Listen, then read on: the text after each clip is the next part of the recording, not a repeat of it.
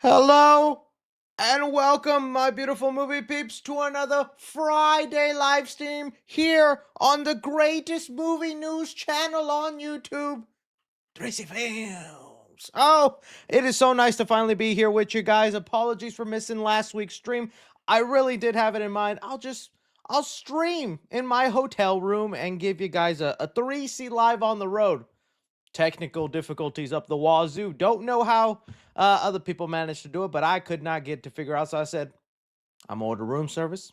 I'm gonna take a nap, and I'll have a 3C live stream in my head. And boy, it was glorious, man. If you were in my head looking at that 3C live stream, you was enjoying it. But I am back home. I am here, and there was actually not a lot of movie news topics to discuss here. I have a couple off the top. Of course, we're going to be discussing Peacemaker because a lot of the stuff we were predicting ended up becoming true. So yes, we're going to be talking about Peacemaker. I think there was like also one little rumor going around with Spider-Man I could bring up, but really other than that, wasn't a whole lot of movie news stories to talk about. So whenever we're short on movie news stories, it's an ask me anything. It's a you dictate the conversation, you keep it running, because the alternative is no live.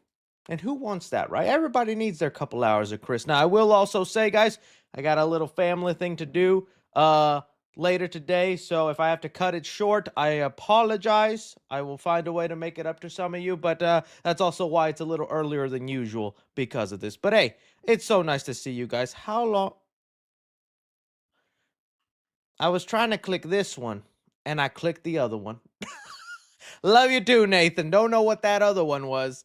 Oh, so nice to see y'all here. So, obviously, we got a couple of super chats and stuff, but as the Ask Me Anythings, I like you guys to dictate the conversation and keep things going. So, I'm going to go with the regular chat for a bit, then I'll move over to the super chatty chats and see what we got going on. So, that Peacemaker ending was crazy. Let's talk about that then. Let's have that be the first thing we discuss here on the live, the latest episode of Peacemaker. So, okay, I think it's crazy what just happened. And Peacemaker, was it episode 6? Yes, season 2, episode 6. We got a lot of stuff that just happened. Spoilers, but hopefully you have seen it by now because there's the big cameo that was in it. Okay, so a couple of things leading up to this episode. Everybody, and not myself, so with the title of this episode being Ignorance is Chris, the ignorant one was right here too. Not just that, Chris, this one here, because I was one of those fools watching Peacemaker in this other universe going,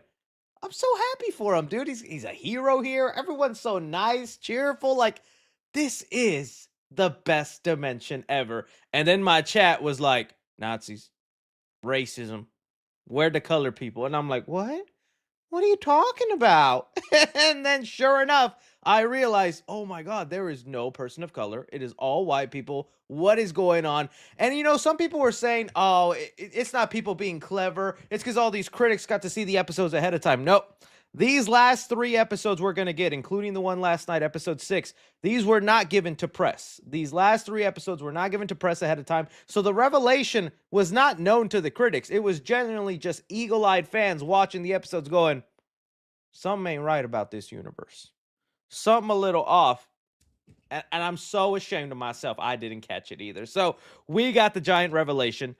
Peacemaker finally decided to be like, I'm leaving my Earth. I'm going to this one because it's so much better. His friends follow him there. The 11th Street Kids. It's Economos, Harcourt, Adebayo, or Ads as they call it, which I should just, Adrian Vigilante. And immediately they all find out what is actually going on in this world. So, couple of funny things before we get into that. We did get a really big cameo that I think is like just little nuggets in there, but I think we could start to speculate what will happen now with Man of Tomorrow. We had Frank Grillo, Rick Flag Sr. go to Bella Reeve to visit a prisoner for something, and everybody had speculated, who could it be? Is it going to be Bloodsport? Is it going to be this person? Is that?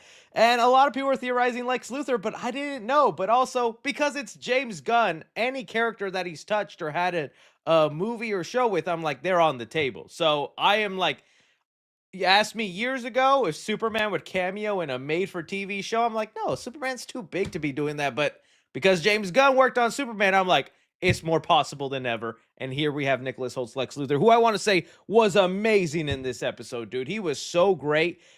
in this complete just was one of Nicholas Holt is one of those actors that when you put him in a scene, he just all the acting energy comes to flow, and he was so great in it. I have seen some fans complaining that he felt a little out of character or it didn't seem right because he was starting to say words like twink and butt effing, and I'm like, you don't know Lex Luthor like I do.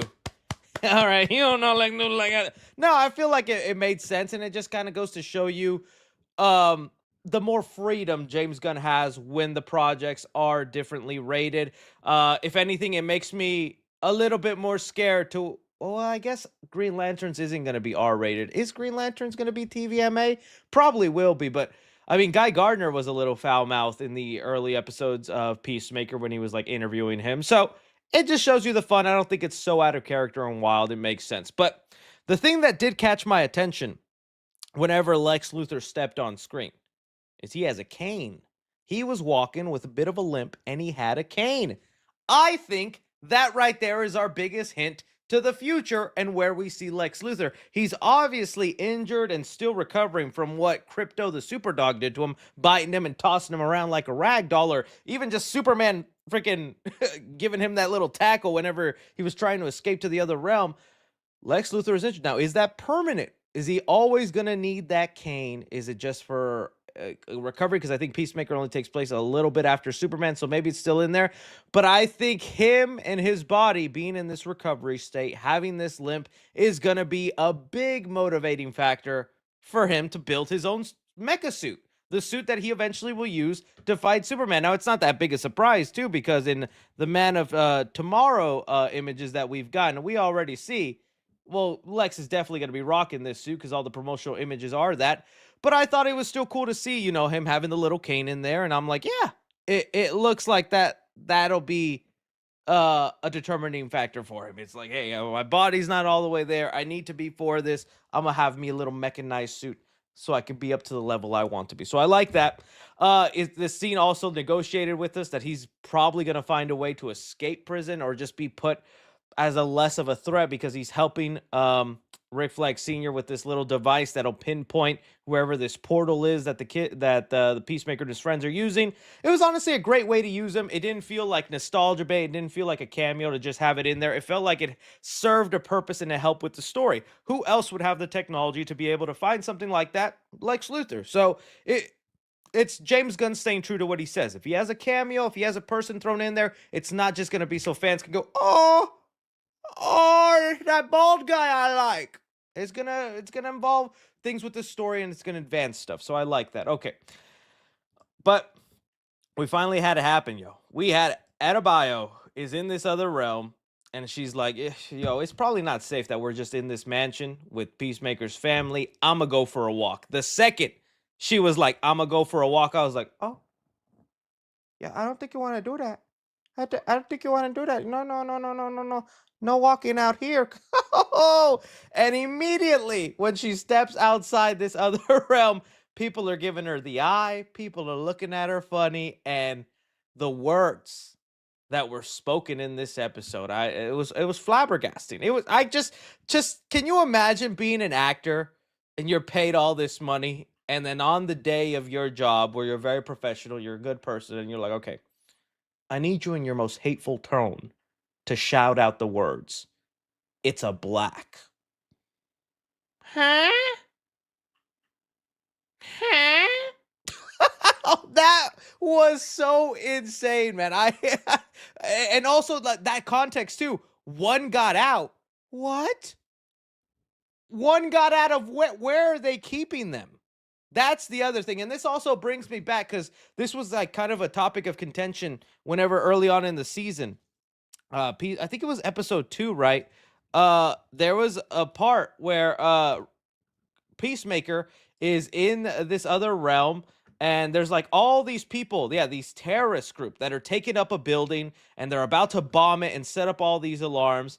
And when these theories about, this world not being perfect, people were saying, so those people weren't terrorists then. Those were the good guys fighting for the rights of other people and trying to free wherever it is they put people of color, whether in concentration camps and jails, have them as slaves, doing something crazy. They were fighting for the right cause, and Peacemaker came in and killed all of them. Oh my goodness, no. Peacemaker, you became one of them. You that was insane. It was funny because I had so many people in my comments going, Chris, well, I don't know if they're good guys. They're bombing people. I don't know. They're like, and I was like, you don't know what these regular people are doing to the people of color. So I don't know if we can say they're that innocent. And you saw immediately the second they saw a person of color, little Karen, little Jamelia, little Brittany ran off to the street because they're like, I'm getting my licks in today. I'm gonna punch one I've always read about in the history books, but I'm gonna get one today. They not so innocent. Maybe the bombing was justified. Oh, is that crazy for me to say? Maybe it was justified. I'm taking a stance here as 3C Films. Can't make jokes like that nowadays, man. It's too much. The white girl days.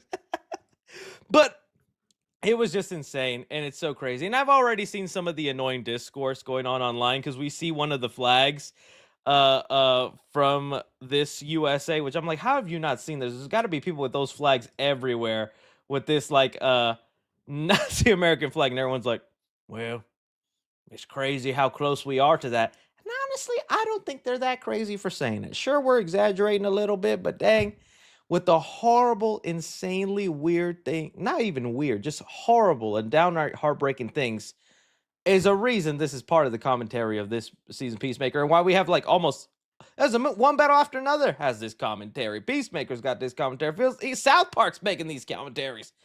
And it didn't just pull it out of thin air, right? All this to say, though, Peacemaker's been pretty good. I'm glad Adrian finally got to suit up and do something. His scenes were really good. I like how they canonized Spider-Man in the DCU, even though he's a fictional character. So in the same way people in the MCU would mention Batman or Superman, they're fictional characters that exist in their world, but it felt like a little underlayer of an extra Easter egg there because it's a Spider-Verse event. It's the pointy meme of like, oh, you do too. So I like that stuff with Adrian. I thought that worked well. I found that very funny. I just hope it ends well. I was kind of pissed off that Economos, as soon as like the dad got on top of him and stabbed him, he's just like, he's not your son, he killed your son, and I shouldn't be saying this much. I was a little upset by that because I'm like, Economos, why are you saying all this? But also thinking about it's James Gunn's way of picking up the pace, because these last two episodes, not that they've been bad, but they've been a slow build up.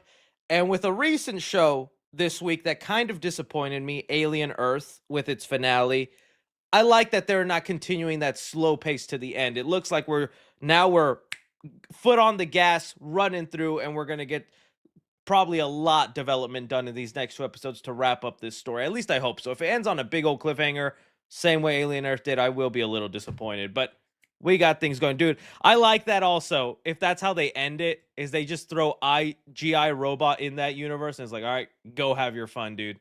That would be terrific. Yeah, no Mr. Terrific in there. I don't even know what they have him in there doing. Crazy stuff, but a good episode. I like it. A lot of fun. GI Robot would be so great. And again, it's a James Gunn touched character now. If James Gunn touches you, you could be in this. So there was that, man. That's good. That's good. All right. So there we have that. That was a topic there. That was done. I think another topic that I do see the chat wanted me to talk about, which, yes, we do need to acknowledge this achievement in the 3C lore. Scott Cawthon watches 3C films. What? This was an insane thing that happened over the week. It's perfect. The video's right here. So on the latest side flick that I just posted, I was here just talking about the Wolverine trailer. Sorry, I'm all zoomed in. Zoom out. Zoom out. Sorry. I was talking about the latest Wolverine trailer. Okay, now that's just my face. That's great. I was talking about the latest Wolverine trailer. I was talking about some Spider-Man news. I was talking about this leak of Toby in there.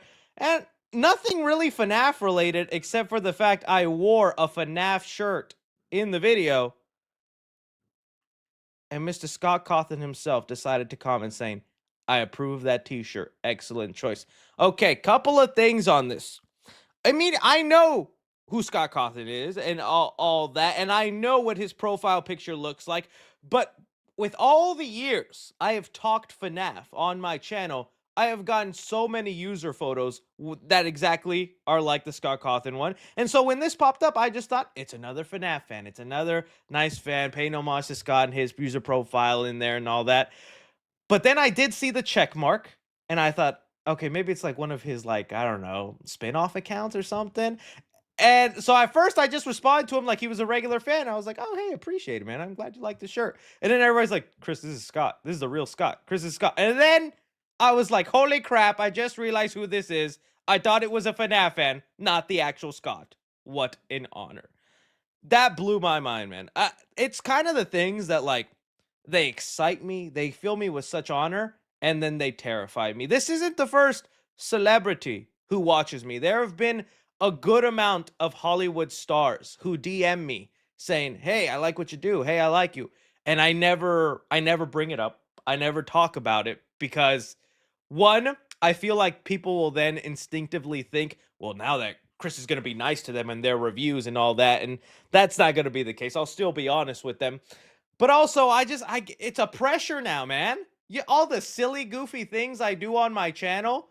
Next time I twerk, next time I do something cringy, I'll just be thinking, Scott's gonna watch this. What is he gonna think of me doing this to Toy Chica? It's it's something that gives me a little bit of anxiety, but it's definitely such an honor and so cool, and it's even cooler because it's not really even a FNAF video, so he's just watching for the love of the game. I wonder what news story in this video excited him. Was it me talking about Toby and Doomsday? Was it the Wolverine trailer? Was it just the Spider-Man 4 news? If anything, this just was like, oh, Scott's a fan of Marvel movies, probably, right? Because that was mostly Marvel talk in that thumbnail.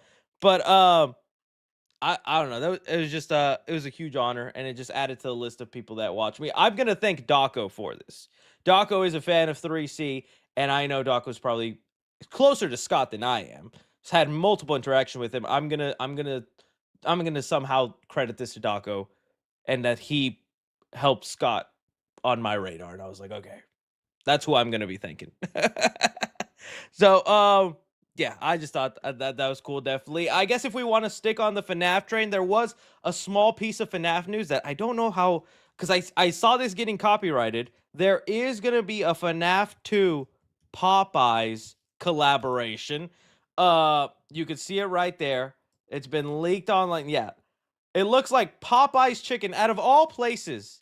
You would think it'd be like with Pizza Hut, Domino's, some pizza place, because it's Freddy Fazbear's Pizzeria, but they locked themselves in with Popeyes. So 3C Food Review is gonna go hard when I go to Popeye's Chicken and be like, one Chica burger, please. Raw. Don't cook that chicken. Just put it in the bag and hand it over, Mr. Popeye employee. So I can't wait to see what that collab is, what that's gonna look like, the name of the meals. But it is a very funny collab considering do they have chicken tenders in the Popeyes in the Five Nights at Freddy's lore? Is that a thing in there? You know what? I like Popeyes too. My lady does not like Popeyes. So it's that thing that whenever I'm in the mood for Popeyes, I have to eat it whenever she's like out with her friends or family or something. And I'm home alone. And I'm like, oh, time to DoorDash some Popeyes. And you know, when she's here and I'm in the mood for Popeyes, she's like, I'm like, oh, can't have my Popeyes. These are the struggles you face. My suggestion is to be single 24/7. These are the things I share with you in life. Time for Popeyes. Yeah. So, there we go. I threw in some FNAF news along with the Scott Cawthon lore, but that was so awesome. And Scott, if you're still watching, I appreciate you. That's very nice of you to be a fan of the channel, man. That's an honor, man. All right. Oh, and I also love that it made people think I was gonna cameo in FNAF 2. I ain't got no cameo. I think even if I did, it would piss off a lot of FNAF fans because I think there's a lot more deserving people to be in those movies than me. There's probably like 20 other FNAF creators that more deserve it than me. So I would love. Hey, if they came to me, of course I'd take it. But don't think I am, guys. Don't think I am. Do not. That's just cool though. That was cool. It'd be funny though if I popped up. It'd be funny to be like, hey, where Torchiga at? That'd be my entire cameo. All right, let's move on. What other things did we have to discuss here? Let me see what the chat's saying. Continuing on with whatever. Oh, yes, there's the Greenland sequel. I did see that. Could you talk about the Greenland sequel? Oh, yes. It was such a funny time to have the Greenland sequel all of a sudden pop out because this was the same week people were thinking the rapture was happening. And I was like, what? No one gave me the memo. We meeting up there? What the heck? Am I staying behind? I probably am with the way I talk. Greenland, if you don't remember, the first movie was about like just all of these ecological asteroid events taken down, and a family had to get to a bunker for shelter. And by the end of the movie, they get to that bunker, they get to that shelter. Well, now it's been 5 years of them in that shelter, and now they're like, their kids are like, yo, we want to get out this bunker. Can we get out, Daddy? And they're like, all right, I guess we'll go find some place. And that Greenland 2 will happen. There's Greenland, called Greenland 2 Migration. I'll be honest with you. These are not cinema. They're not like they're not the best movies. But Gerard Butler is the king of like these comfort straight, and it's not straight to DVD. I believe it's getting theatrical. But Gerard Butler has that aura when he has the movies. Am I getting them mixed up? It is Gerard Butler, right? I give him just Gerard Butler. Good, dude. These movies.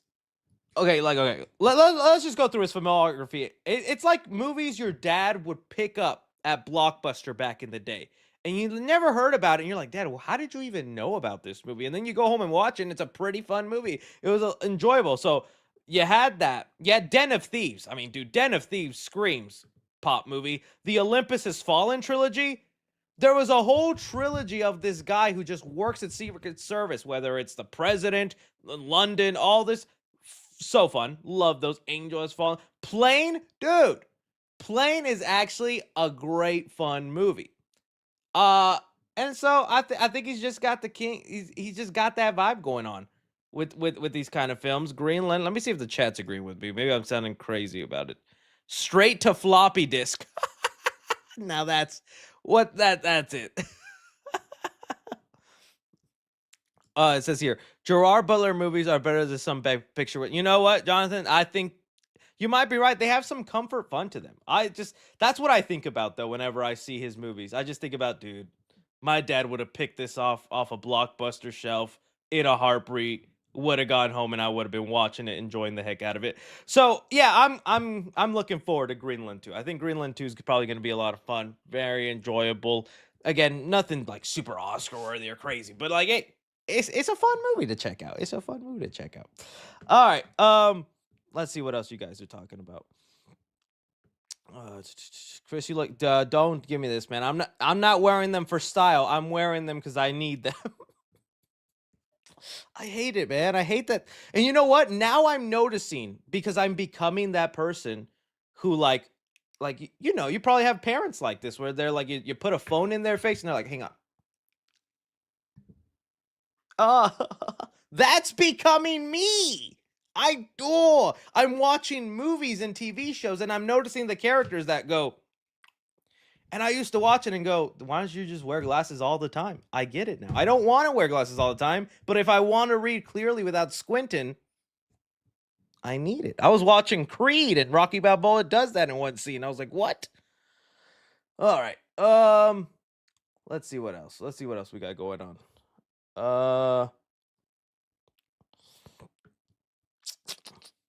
Oh, those were fake. They were already proven fake. There's no point even bringing them up. The person who made those already came forward. The Rosalina photos for the Mario Galaxy, those weren't real, but people were simping hard for that Rosalina model, let me tell you that. Why do you look like a librarian? Thanks, guys. Thanks. That was very, very kind of you. What are you going to be for Halloween? I don't know just yet. I don't know just yet, my fans. I don't know. It says here, Strangers Chapter 2 was actually pretty good. The hate is kind of forced. You know what? That'll be a fun segment. I want to look at the positive reviews for The Strangers Chapter 2 because I loathe that movie. It was such a disappointment, so bad. Did not like it. But with anything out there, and this is the time too where I'm like 17% is a little generous. 7% a little generous. So let me see these very high reviews and what they have going on for this. Okay. Loved it. Don't listen to others, okay? I love this. So many slashers as of late have been lacking that cat and mouse chase factor. And this one is that, but spread across an hour and 30 minutes. Great popcorn flick. I wish I felt that way, man. I feel like there are those good chase cat and mouse movies, like he's saying. This just wasn't it. It was scene by scene of just things that have been overdone and so played out. Was on the edge of my seat the whole time. I already can't wait for chapter 3. Any specifics? Best scary movie out. This jumped about 10. I don't know how you were jumping throughout this movie. No plot, thriller maybe, but wouldn't spend money to watch it in theaters. Zero, zero story, just her being chased around the entire movie. And again, that would not be a bad thing if there was actually something interesting or fun with that, but it wasn't, man. I'm already bored even listening to those reviews. All right, let's get on to some other things right so far. Let's see. Try and find something good and topic worthy, man. Chris, were you watching an anime movie? I like anime movies, buddy. Just haven't had much time for it. The Sydney Sweeney. I know people want me to talk about that. The Sydney Sweeney boxing movie. I'm excited for it. I don't know. The trailer seemed fine to me. I hope Sydney Sweeney does well in that. I want something more serious from her. Got a lot of mixed reactions though when it played at TIFF. So we'll see. We'll see. Trailer for The Bride. I'm excited for it. I like anything that has to do with Frankenstein and whenever they manage to tell their own stories. I don't know. I'm trying to find something more interesting to say about it, but I just like the trailer. I like the style of it. Christian Bale in it as Frankenstein is probably the thing I'm just most excited about with that movie. But yeah, the trailer did look good.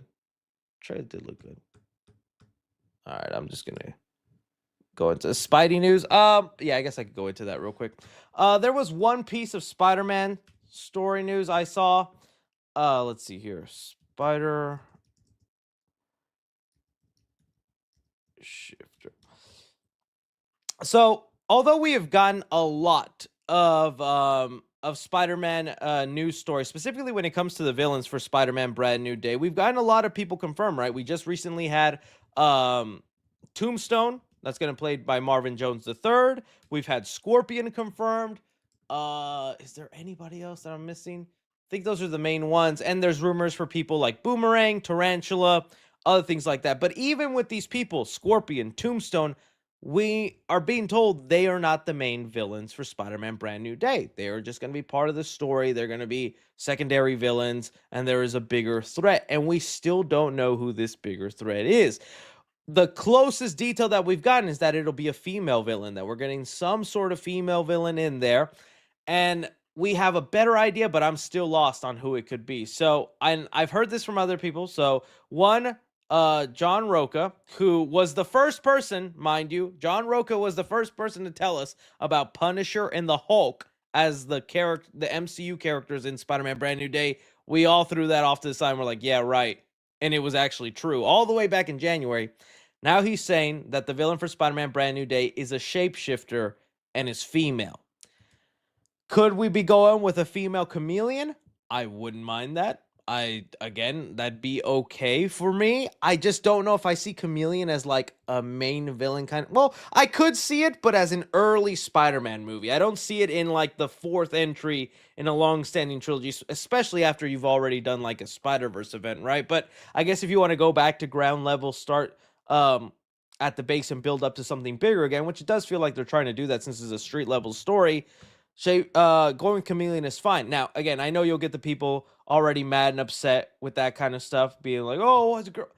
Chameleon, literally, his whole thing is shapeshifting, and whether it's a boy or a girl, it doesn't matter as long as they can do the convincing shapeshifting. does it really matter then what their gender is when they're constantly changing person to person to fit the situation? I think that works just fine. Um, and it could be a good psychological thing that goes on. I've always loved that with Chameleon and Spider-Man. He doesn't know who to trust, who's really there. Um, I don't know who, like some people are saying Mystique or like a scroll. Harriet Osborn. Harriet Osborn's right around the corner. Would I really want to see Mystique as a villain in a Spider-Man movie?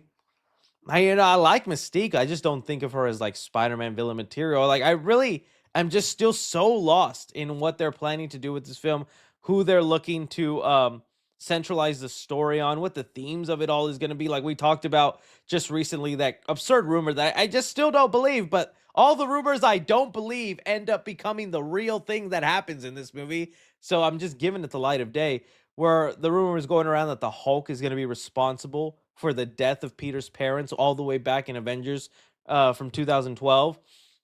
I just think that'd be such a weird way to connect everything. But there is no connection between them, so maybe that's what they try to build up. Uh, yeah, exactly. So I don't think they would show Mystique just yet either. Anything like that. Shapeshifter from Tobey Maguire's universe. Mm. That would be interesting. Where are you pulling that information from? Because we have to tie it in like that too, as well, right? It could be an original character. You're very right. It could be an original character. Uh, but a shapeshifter from Toby's universe, that could be interesting. Like, because I remember hearing, okay, they got their street level story, and I think for the majority of the movie, it will be street level. But if they still want to throw in some sort of multiverse element, because it's going to lead into Doomsday, and we know things are leading on there, and I'm a believer that that Toby photo that leaked online is from Doomsday, you would think there's going to be some sort of connecting thread to that. And if people are like peeping in from a different universe and becoming part of whatever is adventure going on, that would be an interesting idea. I won't mind it. New, I saw it. I totally fake. That one I do not believe at all. I know which one you're talking about. There was a new Tobey Maguire leak, as so happens, because once one leak happens, everybody wants to be the one to do the next one. This is the leak they're talking about. Insanely fake. This one I don't believe at all. One, I think Toby's body proportion is so off. Look at how insanely skinny and long his torso is. I also think like the head shapes do not match. If you're standing right next to Toby, look how tiny his head is and all that. It's like you took the photo. You know, whenever that trend where you take the photo and you put the 0.5 max on someone's forehead, that's almost what the thing is doing. I don't believe it. This one is fake, and it's even coming from a oh, and look, they already proved it's fake over here. This is the original photo. Okay, so yeah, it was a guy who was oh, it's just AI. Now this is AI. What the heck? So yeah, he used AI then, and someone just messed with it. That's so funny though. Is that funny, or is it just sad that you're like, oh, I was on the set of Avengers Doomsday and all this? Mano, fui para no sete de Vingadores Doomsday junto como is this is in Spanish, is it? This is like Portuguese or something, because I cannot read it. um so I'm just gonna put it into Google and translate. So it's already been proven to be fake. Oh, it didn't translate it. Whatever. That's crazy though. So there you go. Already proven fake. It's bound to happen. Once one leak comes out, the next person wants to be the one to get the gotcha and the go. And sometimes I get duped. Sometimes I can clearly spot them.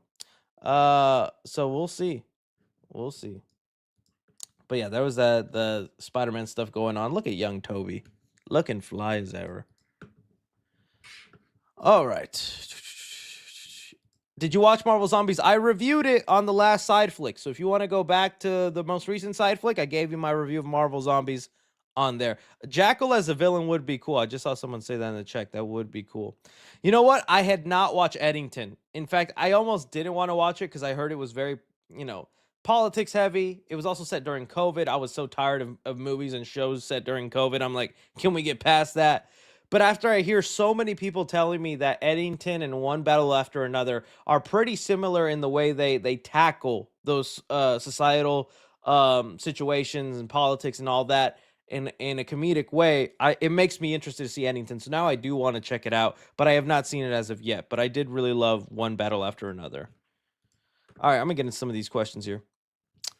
Could you do the time warp dance from Rocky Horror Picture Show's 50th anniversary? Do you have any favorite lines that you say while watching it? I'm going to disappoint some of y'all now. Papa's never watched Rocky Horror Picture Show. I know. It's just one that never came on my radar, never checked it out. For the longest time, I thought it was a Rocky Horror movie, like The Boxer. Once I figured out what it was, I was like, oh, no, thank you then. I think if I need to see it with it, the 50th anniversary, I need to find one of those movie screenings, because don't they do like a whole sing along and crazy thing with it? So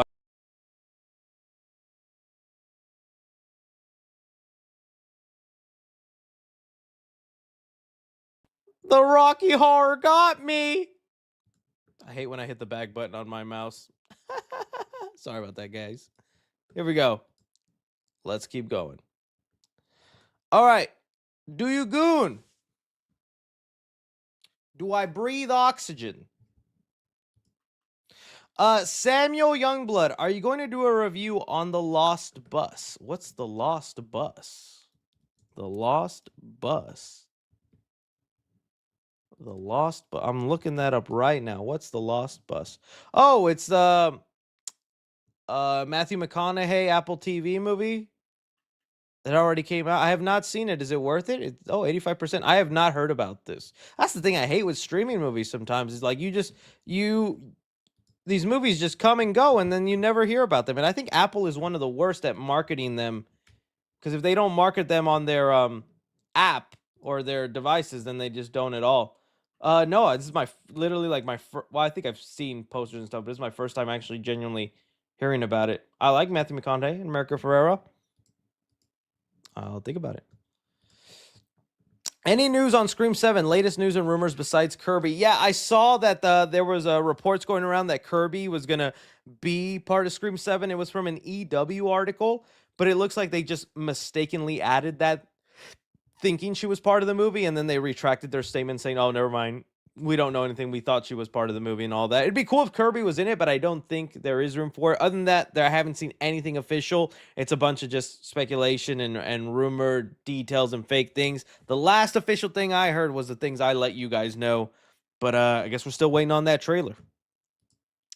Your most unhinged doomsday theory. Ooh.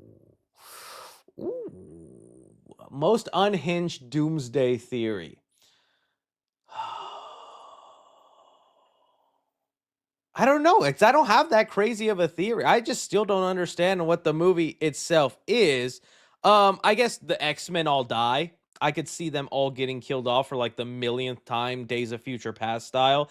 It would really suck if they kill Toby. I believe Toby is in there, but man, it would really suck if they killed Toby. It would fuel the fires. But honestly, though, a lot of our favorite people are going to die. That's what I'll say. Toby, Andrew, anybody who is not being kept on for the MCU reboot, they are technically dead by the end of Doomsday or Secret Wars, because I'm pretty sure Marvel is going to like erase the multiverse and just do one linear main hero for everything, right? So that's got to mean Toby dies, Andrews die. If not die, then just their universes are gone or closed off, right? That's how that's the theory I'm taking in with all this stuff involving Doomsday, because they've already admitted we're resetting the universe, we're closing things off, and if they follow the plot line of the comics, it's usually just to have one centralized Earth. So whether we like it or not, Toby and Andrew is gone, and after Secret Wars, there's never going to be any more talks of Amazing Spider-Man 3, Toby Spider-Man 4, because they're dead. But we'll see. All right. Will you do meet and greets or do autographs? P.S. You are an inspiration to all Latinos. Oh, muchas gracias. Salsa y queso. You Mexican, you know what that means. You know what that means. Um, I only have had to autograph like I think 3 fans, and if I had to put a number on the amount of fans I have met now, I think it's up in the hundreds. I can't believe to say that. I have met at least over 100 fans in real life since I started my YouTube channel. But a lot of it is because I go to conventions, and in one convention, especially a horror convention, I'm meeting at least 30, 40 fans, which is so wild to me. So I've met at least 100, close to 200 fans. I'm not going to say 200, but close to 200 fans. And out of the 200, I think only 3 of them has ever made me sign something, and I do not have a signature. I don't have like a signature thing like that. So you know what I do? I don't even know if I have a pen on me here. Okay, I do. I have a pen on me, so I'll just draw I'll show you what my signature is. And you'll see how I don't know if you guys are happy whenever you get it, but this is what I do. I just do a 3 and then a C and a squiggly. So the 3 obviously for 3C, and the C is the Chris part and a squiggly. So if you ask for a signature, that's what you're gonna get from me. And I don't know if that's not that's enjoyable. I could just do CP, I know, but I'm like it's 3C, so 3. There you go, 3 Chris. That's what I do. I need to work on a signature. Have you seen the cricket design in Pinocchio? Oh yes, I didn't get a chance to talk about that because I was out and about.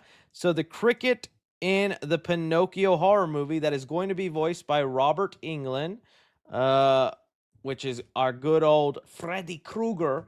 Yeah, it looks really good. I mean, I like the design. It's fine enough. There's definitely some Freddy Krueger in there. You can see it within the face, and even here specifically when it comes to like Freddy Krueger and his claw. So the inspiration is there, and they're gonna have some fun with it. I just wonder how much screen time, how that's actually gonna look. This is honestly the childhood universe movie I'm most excited for. With Halloween in October almost being here, finally gonna review Bambi the horror movie. I was even thinking of reviewing a couple other ones like the Popeye and for sure the Mickey Mouse movies that have been coming out. But yeah, this actually got me excited, mainly just for Robert Englund, because I was like, I really like him, and it's Pinocchio horror movie, man. Oh, I don't know if I'm allowed to say this. Dang. Okay, I won't say who. And don't think it's well, I kind of gave it away who it was already in a recent video. Okay, all is to say, I met someone at Fantastic Fest who is a filmmaker, and they told me of an upcoming horror movie they're making that if you like Chucky, which it's not Chucky, but it's in the killer doll category, it's a very fun idea. And he said it's gonna go theatrical. So I was like, dude, when you filming that movie, when you're going with that movie, let me help you promote it. Let me help you do something because my audience is gonna love that idea. So it's a new killer doll movie that'll be coming out soon. I can't wait to talk more about it. I don't want to say too much because I don't want to put his business out there, but it's exciting. Not Stuckman, not Chris Stuckman. All right. Not Damian Leone either. It's not someone I've really ever really talked about, but I like the idea of it, and he showed me his concept art, and like he talked me through like what the plot is gonna be. I was like, oh, that sounds fun. Uh, JJ Cinema said, who should voice Daisy in a third movie? Kristen Bell, Tori Kelly, Ariana Grande. I saw reports people saying Ariana Grande was gonna voice Rosalina. Don't know how true that is. I don't know, but I could see it. Ariana Grande and Rosalina. I could see that happening. As far as Daisy goes, Kristen Bell seems like that would fit. That could work. Would you ever play Dead by Daylight live 3C films? I could try. I'm not the best at it in the game. Yeah, I'm open to it. I'm open to it. What movies have you seen in 35 millimeter in a theater? Sinners. And I think my screening for One Battle After Another was also in that format. But I'm not sure. But it's also hard to say because supposedly the theaters are that way. But then you Google online, there's only a few theaters that actually show it that way. So honestly, not many. Day 446, buddy. Also, you with glasses? Smash.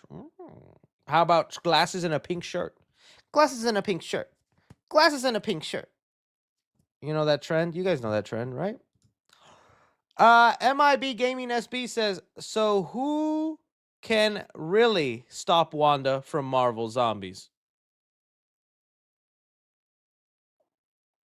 I think that's also one of the things that disappointed me is I don't love the idea of Wanda being the causation of it. It really does feel too similar to her whole thing with her children and the reality. I like her powers and the way they are used, and I think she's a good antagonist because that is the ending of it is chilling, knowing what Wanda's capable of. But I don't know. It just felt kind of repetitive. And honestly, in doing some rewatches of the MCU movies, I just felt like they did not do the turn of Wanda going back to being a bad guy very well.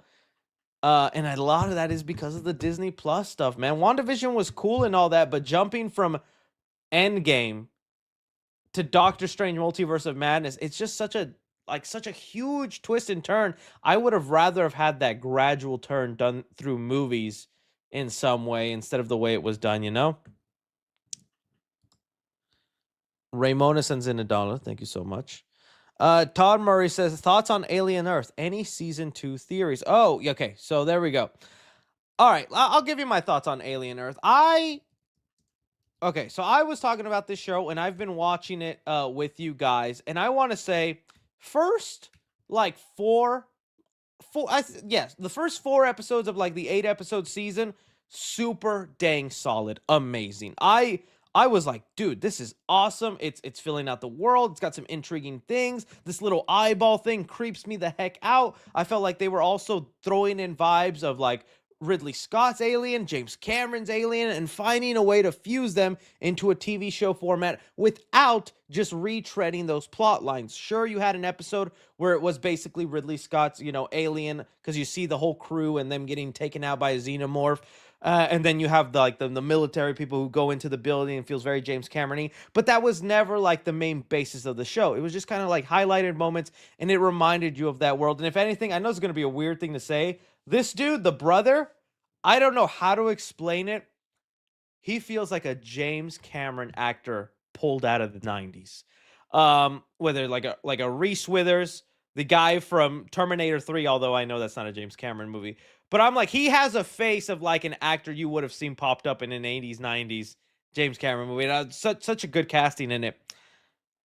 And this whole idea that they were doing with the kids, right? They get the minds of dying kids, put them in these bodies, and they did that so that they can mend them and bend them and hopefully one day sell that. And I like the villain prodigy, this genius a-hole kid. Okay. After about episode 4, the story immediately comes to like a halt. And everything comes to like a grisling slowdown for some reason. The like first 4 episodes were fast. Things were happening. Stuff was moving. Xenomorph was attacking and killing. We were location to location, person to person development. And then after that, it became very somber. It became very those slow transitions were so much more noticeable. Those dissolved slow transitions. Um, and I became a little frustrated watching it going, okay, can something happen? Can something move along? Are we like gonna explore this more? Are we gonna find out what do they plan to do with these little aliens in the eyeball? Like, I love the tension and the scares. When that eyeball was in the sheep, dude, frightening me. I was like, that sheep is scary. But it's just like then it just like things just stopped happening, and it just became like let's just hang around the alien Earth for a little bit, and then you had this drama with the brother and sister that again wasn't really going anywhere. It felt like it was just retreading the story plot points over and over. And my biggest disappointment came with the final episode where it's a cliffhanger. It's not a complete story. And that's my biggest issue with shows today. And it's really just a problem with streaming and how much we expect from TV, because we used to live in a time where episodes were like 20 episodes long a season. Even if these shows were like 40, 50 minutes long, there was 20 episodes in that season. A lot of it, sure, was filler. A lot of it was unnecessary, but at least it grew with the characters and stuff was going on. Then we saw that 20 episode go down to 12. Then we saw it go down to 9. And now we're at the point where seasons are 8 episodes long because of how expensive they are. And even then, they still don't find a way to complete the story. They just tease you along for the next one. I miss when each season was their own self-contained story that felt like you got a fulfilling moment with the characters and everything they were setting up instead of what feels like half of the story, you know? So, yeah. I was a little disappointed by the end of Alien Earth 2. I'm not giving up on the show or calling it terrible because, like I said, the beginning of it I thought was so well done. It fits so well into the Alien universe, was bringing in interesting things. But halfway through the season, it just felt like all those interesting things came to a halt. I don't know. That was my opinion on it. All right. Here we go. Continuing on. Do I got bad taste? I like Imaginary, hate Megan. No, I mean everything is subjective. We all like different things. Imaginary was definitely an interesting movie. I liked it more for the idea and what it could have had. But that was a bad one. Megan I thought was at least fun.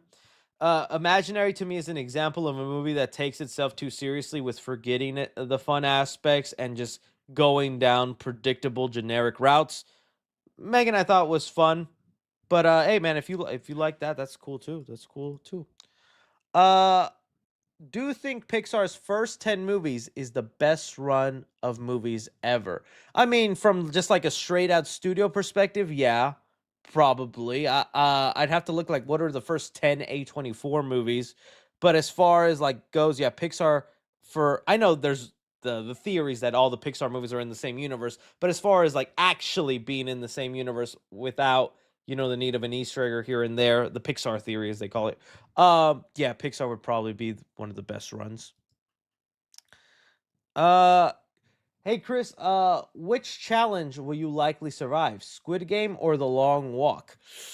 I think I have a better chance with the Long Walk over Squid Game. I've never been a good competitive player in like in actual physical real person games. If video games, sure, maybe I could tough it out. Long Walk is probably the closest, but even then, I know I'm losing the Long Walk. I'm a hefty boy, and the minute I need a poo or pee, it's over for me. You think like, oh, you lose when you need a poo. I don't know how you can pee and walk at the same time. When that was happening in the movie, I was like, I don't think I could do that. I don't. I would trip and fumble, and then I'd just be laying there while there's a fountain of pee, and I'm going, can you just shoot me already? Because I'm not done. Squid Game, just no. And a lot of Squid Game also depends on luck. Uh, Someone just said, "I can pee and walk." How do you find that out? How do you like figure that out? Do you have like a really long toilet in your bathroom? Oh, yeah, I saw it about that too. People were like, "Just piss your pants." That would be the thing I'd have to resort to, because to actually like unzip and pull it out and do all that, that's too much of a mental game. I'm the type of guy where like if somebody's waiting for me behind the urinal, like, I'm at the urinal, I'm about to do my thing, and someone is waiting for me to finish, can't go. Might as well zip it up, pretend I did something, wash my hands, get out of there. Because that pressure of someone waiting on me ain't happening, dog. Ain't happening. All right. Ever go back to Twitch or make a Discord? I do think about going back to Twitch a little bit. I just don't know what I would do because I don't want to do the same thing I'm doing here. And again, I'm not that entertaining when playing video games. I know I have those Fortnite gameplay videos on that channel, but that's like I break that down to like 5 minutes of me actually being entertaining, while it took 2 hours to get to 8 good minutes. I don't know how good I would be, 5-6 live stream asking if Mr. Death account is unbanned and able to send super chat in the account. Do you think Peacemaker will have a small Wonder Woman cameo in World War II in that universe? I think a lot of I don't know who the cameos will be towards the end. I'll look into it, Mr. Death. I keep forgetting, and I'm probably gonna forget after this stream. So maybe this is just a ploy to get you to keep super chatting. This is your punishment, Mr. Death. You were unbanned. You were banned for a reason, buddy. Uh, I Love Movie says, gonna see one battle after another. IMAX 70mm. Woo! Have fun, buddy, old boy. Have fun. Papa Chris, I'm moving out of university this week. Could I ask some 3C wisdom? Out of university this weekend? Oh man. I wasn't the best. I had to move back in with my parents after college because I couldn't tough it out. And I was like, Daddy, take me back. Um That would be, don't be afraid to lean on for help. Plant your feet on the ground before you um get out there. I'm not the best for this advice, man. I became a unicorn and got lucky, and I'm very much aware of that. I wish I was somebody more better prepared for these kind of questions, but I'm just gonna tell you, you got this. You got this. Sean C says, "What package should buy uh for Halloween Horror Nights in Cali?" When I go, I buy just the express passes and the early admission, early entry. So those are the ones. Obviously, your ticket to get in, an express pass, and early admission, so you can get some stuff done. At least I know with the early admission, sometimes the houses aren't open yet, but at least you can like shop or like get some food or do something while the park is. You can do a lot of your photo ops ahead of time and things like that, so you don't have to worry about it once the park is crowded. Um, but express pass all the way, man. I don't know how I really don't get how people will pay to go and end up only going to two houses because they had to spend 3 hours in lines, and I'm like, no. Maybe if you live there and it's like not that bad to like be going there a couple times throughout the season, but if you're making a plane ride trip across the country to go there, like I have to, you got to make it worth it, man. Alex Pina sends in some love. Thank you, Alex Pina. How do you think X Universe got like that? I think the explanation is going to be that the Germany won World War II, the Nazis won, and then the world just became like that. That's usually how it goes with Earth X.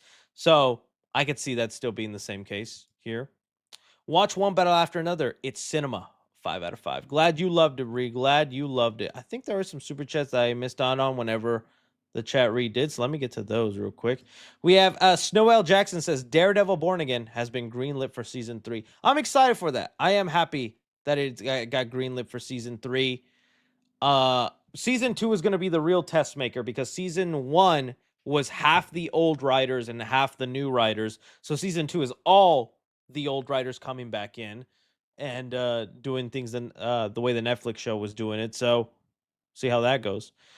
What's your Cohen Andrew says, what's your favorite and least favorite scene from Marvel Zombies? Could you also wish me a happy birthday in the Red Lights voice?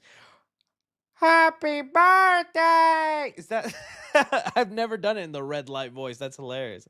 As far as favorite scene in Marvel Zombies, everything with Blade was awesome, dude. I thought the Blade stuff was really cool. I actually also like the fight between Red Guardian and Zombie Captain America. I thought that was pretty good. A lot of the Shang-Chi battles were cool. I think the Namor entrance scene was done well. I know there's a couple of them. I'm copping out here, but there was a lot of cool scenes in there for Marvel Zombies. Eric says, thoughts on Peacemaker's latest episode and Reddit. Yes, I gave my thoughts on Peacemaker earlier. I'll clip that onto the Clips channel if you want to see it. And yes, I'll look into the Reddit once we get deeper into the chat. Hey, Chris, any 3C lore on UFO sightings? Oh, dude, I was that kid that always thought he saw UFOs in the sky. Not literally, but because I didn't understand I don't know, I guess you could see the lights from satellites or planes. So every time I looked and I'd see a star moving, I'm like, oh, it's a UFO, but never was, man. I wish, dude. I'd like to see aliens.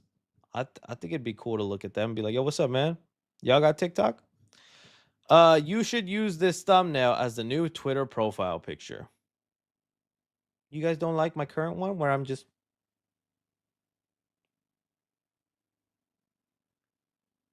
I like it.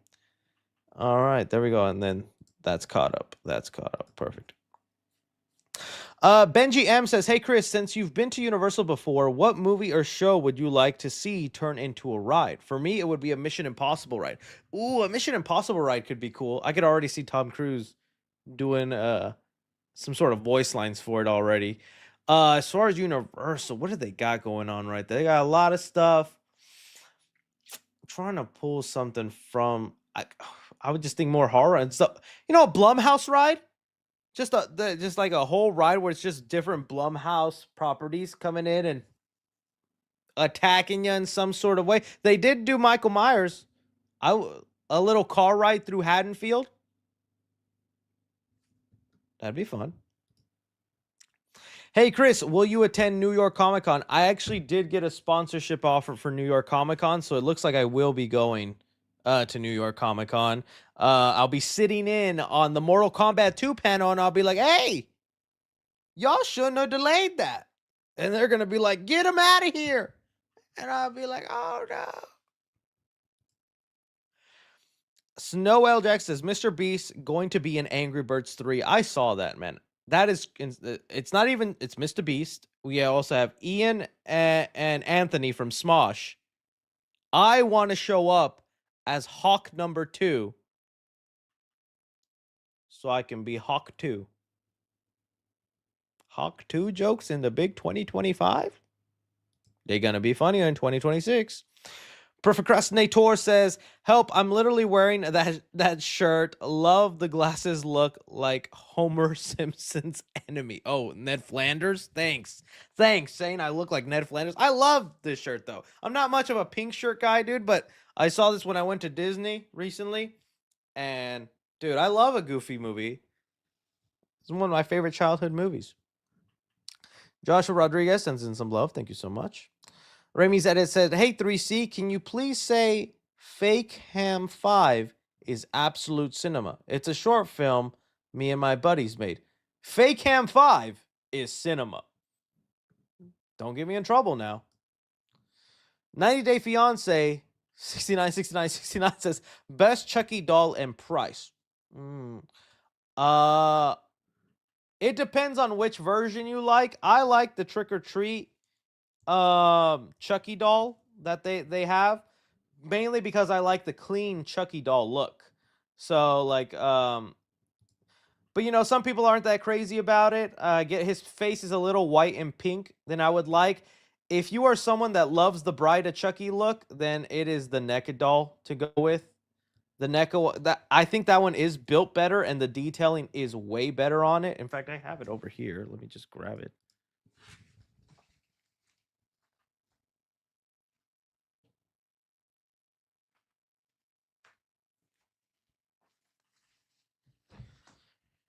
This is probably a better detailed doll than that Trick or Treat one. I think this one just looks so good. I not that I don't like the stitched up look. The stitched up look is really cool.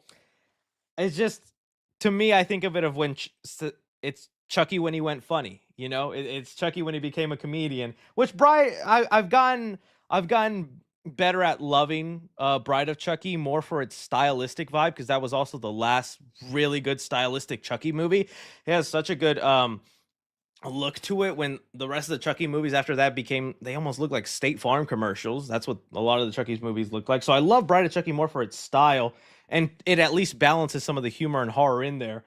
But I'm more of a fan of clean Chucky look, but this is probably the best one in terms of detail. Chucky's going under my desk now. Don't ask what he's doing. Jesus, man. Okay, put user in time. There's some spammers here I want to take care of. There we go. All right, let's move on. Who's a bigger Superman fan, you or Angry Joe? Oh, Angry Joe. Angry Joe all the way. I told you I didn't even watch a lot of the Christopher Reeve Superman movies until James Gunn's Superman was about to come out. I didn't grow up a big Superman fan. I was like those people who thought he was a boring character. I thought he was, because you give all these powers to, like, the hero, it's not that interesting. You give all those powers to a villain, they are more interesting. And so it was more like the hype and the excitement of finally maybe getting a Superman movie that I could call my own. And I really do like James Gunn's version, but I'm a new fan. Angry Joe's been a Superman fan since he was a little kid, at least from what he says. It was his Spider-Man. Spider-Man's my favorite. So Angry Joe all the way is probably a bigger Superman fan than I am.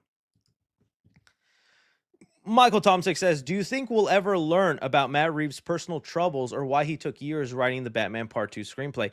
Yeah, it doesn't look like we're going to. At some point, it sound from people who knew, which again, I still don't know. It's just the rumors of what I heard, and it was like 3 different things. It was either, he was sick, someone in his family was sick, his his divorce or something else like that. And it was part of the reason of the delay. And people, they were like, "You'll find out. They'll make an announcement. They'll clarify." that never did come to fruition, and we're pretty soon about to like go into production on Batman Part 2. So it's okay. And we don't really need to know, right? It's his personal life, it's his situation. He doesn't owe us an explanation. It's just he's getting to make the movie now, and that should be it. But yeah, it doesn't sound, they just made it sound like at one point we were maybe going to get it. All right. Uh Joachim Nielsen says, "When do you think Scream 7 releases the trailer?" Since it hasn't released yet, if it's not the first week of October, then it's got to be when Running Man comes out, and Paramount does want to release it with one of their movies. I didn't know. All I know is the person who's seen it, they gave me the details. I've been told all the details I've said are accurate from people who are more in known of the actual movie. So I didn't lie to you guys, but it's just a matter of like when they actually release it. Chris, did you see the trailer for The Bride? I did. Looks good. Looks stylistic, nice. I really want to see Christian Bale as Frankenstein or Frankenstein's monster, whatever you say. You know, we eating Chica out. That Popeyes collab gonna go crazy. Sanic the Hedgehog says, "Did you hear about Now You See Me, Now You Don't?" Like the movie? Yeah, I've talked about it. Is there like something new with it? Is there something crazy going on with it? Is there like a controversy? Now You See Me, Now You Don't. I've talked about it when the trailer came out. Unless there's something more crazy going on. Poster. No, I don't see anything wild. I am aware of it, and I've made my stance clear on these movies. I want to be a lover of this series because who doesn't like the idea of magicians that rob and heist? Like, that's just cool on paper. But I hate how it's just actual magic. It's just like I would like there to be some sort of, semi explanation of how they do the things they do, but it's just actual magic. And I'm such a hater too of the scene where they toss the card. I know everyone hypes that scene up and go, "Oh my god, this was cinemas." It's a CGI card. They're not really doing it.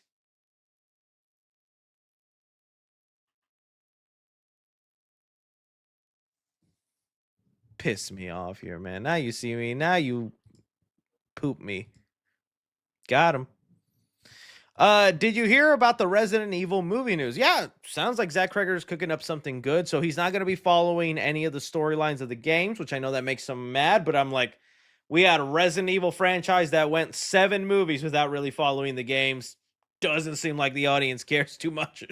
And then when we did follow the video game, people did not like that movie. Sure, they could have done it better, but still. So I think he's got the right mindset, and it sounds more like he just had a really good idea for a zombie survival movie, and he was able then to just put the Resident Evil name on it, because it sounds like it's just going to be about a guy who needs to go to point A to point B, and along the way he's going to be surviving, grabbing tools, resources, and things similar that you would in the game. Is you're trying to survive, you're grabbing guns, you're grabbing bullets, you only have a limited amount of stuff, and you need to get your way to where you're going. So in that aspect, I think it'll work. I trust him. Let's see here. Hunter Jenke says, "Did you see the Avatar 3 trailer?" I did. Tis looking peak. You know the thing that blows my mind with like Avatar? Avatar is this gigantic, big movie property. But I don't ever feel the buzz for Avatar until it's either here or it's came and went. That trailer came out and it was pretty good and it was nice, but like I didn't see nobody talk about it. I didn't see it create a buzz. You would think a movie like that would never make the almost $3 billion it makes, but when they come out, boy, does it leave an impact. So it's one of those funny movies that like everybody goes sees it, but then not everybody talks about it. You know what I mean? It's kind of crazy, but I'm really excited for it. It looks good. Are you going to review on The Last Bus? Yeah, I just looked it up earlier and I didn't even know it came out already. So I'm probably not going to review it, but I'll talk about it on chat in one of the live streams. Alex Pina says, "Can you break down a separate video It TV show trailer?" I'll probably end up reviewing it on the live stream here. I don't know, unless it's like just flat out amazing. I will definitely think about it, but if not, I think your boy Heavy Spoiler will probably got you covered. He's a big Stephen King guy, so he'll do it. Big fan from Norway. When do you think Scream 7 trailer releases? Again, if it doesn't release the first week of October, it's got to be during the running, man. But again, I don't have knowledge of when it'll release. I just told you guys what I know of what's in it. We need A24 to film Treasure Planet and Atlantis: The Lost Empire. Well, it's a Disney property, so it'd be pretty hard for A24 to get their hands on that unless they strike some sort of deal with Disney, but I'm sure they can make something good with it if they actually were able to do it. Eric Garcia says, "Do you think that maybe Hulk is going to end up being the main villain for Brand New Day?" Alex Perez says that the villain is simple and meaner. Yeah, I did see his hint to that. I don't know if that was referring to the Hulk or anybody else. I mean, everybody had a different interpretation when he said that. If it's the Hulk, I just don't know about like a hero being the villain. And for a while, part of the marketing of Spider-Man No Way Home, Kevin Feige talked about this. The original idea for No Way Home was to market it like Doctor Strange was the villain. Like that Doctor Strange was the bad guy for the movie. He was the threat and the main thing. And he was going to then surprise everybody when you go see the movie. And it's, all these multiverse villains from different Spider-Man movies, Green Goblin, Dr. Octopus. But of course, because of leaks and things like that, that didn't end up happening. And then they just went through with it with the trailer. I just don't see them as Hulk as a main villain. Maybe they lean us that way and it's something else when we actually see the movie, but I don't know. Marvel did that for Wanda. That's true. 'Tis true. Adam says, "Chris, do you think that Elektra should return in Daredevil Born Again season 3? She did return. If she did return, how do you think she would return? Isn't there like some sort of like pot or thing that like can bring the dead back to life in that universe? So that's how they would probably go about it. I wouldn't mind it. Elektra has always kind of been a cool character in there, but part of me also feels like they did everything they could with her. Bringing her back wouldn't do all that much, in my opinion. But King Daddy Goat says, "Hey Chris, you plan on watching Ed Gein Monster?" Honestly, no. I remember I was like into the Jeffrey Dahmer show for a little bit. I guess the poor taste of it's starting to get to me a little bit with those kind of shows. They are interesting as documentaries, but whenever it becomes a sensationalized show like that, it feels a little, and pardon this like masturbatory, a little too idolizing for my taste, Hey Chris, I was wondering if you were ever gonna talk about the Avatar: The Last Airbender getting a new show announced, plus the title of the movie. I think I've talked about it before, the movie that they're making, the animated movie, but not much else from that. I never finished Avatar: Last Airbender. It was one of those shows that I would just watch occasionally on TV with Nickelodeon. But back then, when you didn't have streaming, you just caught whatever episode was on. So I like saw a lot of it out of order or in order. Chris, do the Peacemaker dance. Oh, well, tune in whenever I do my final review of the show. Maybe something will be cooked up for you.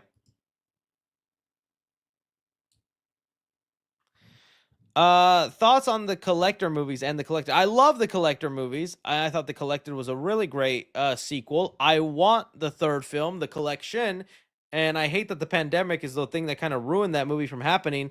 I remember there was an interview or something that came out that they were like, "All right, we're finally going to do it again," but then dead silence. So don't know what happened with that, but I do love those movies. Nick Figure says, "Please, people who say this episode held a mirror to what America is today are overreacting to the max. People are really soft." I disagree. I don't know, man. Uh for everything I've seen, I mean, what just happened with the Jimmy Kimmel stuff? I just like, well, that was one of the first steps in that regime. Take away your rights to talk and free speech. I'm like, is it really? Of course, it's a much more exaggerated version, but I'm like, I don't think people are crazy for making the comparisons. Which X-Men do you think will be in the Wolverine game? And will 3C Games return to stream it? Oh yeah, I think I'm definitely streaming the Wolverine game the same way I did the Spider-Man games. I don't know how well I'll last and all that. But it is fun streaming the Insomniac games with you guys. And the Wolverine game is one big story I definitely want to Get it. Hey Chris, do you think the third Mario movie would be based on Super Mario 3D World? Love your content. I don't think so. I'm so wondering what their plan is for the third movie, because anything, I can't think of many games in the Mario world that are a step above Galaxy. The obvious next step was to call it Super Mario World and do that, and then the third film do Super Mario Galaxy. So now that we're jumping right into Galaxy in the second movie, what do you do in the third film? And I know people already said Odyssey, uh, uh, Paper Mario, Super Mario Sunshine. All those ideas I consider less than a Galaxy. They're not as big or as grand. They're fun and they're good games, not taking that away. But as far as like ideas selling it as a product to the audience, those feel like less than ideas than what Galaxy is. I see all this chat spam in Odyssey. I don't know, man. Unless Odyssey means something completely different. But we'll see. I think Mario Party is the way to go. I honestly think, and I've already seen like the funny memes people have been saying. Oh, it's like, we have saved the castle in the day. We should throw a party. Say that again. Mario Party, I think, would be fun. And I know people, Smash Bros would be awesome, but I don't know what else you do. They already did kind of like a Mario Kart thing, so Shav0606 says, "Can you show us Toby leak that you believe?" Oh, the one that I believe? It was Toby Doomsday leak. Tis this one. This is the one I believe. This is the one I think is real. And I think is actual. Again, I could be wrong. I could be gotten got, but that's the one I believe. That's, yeah, it came from this one. That tis the one I believe. Tis the one.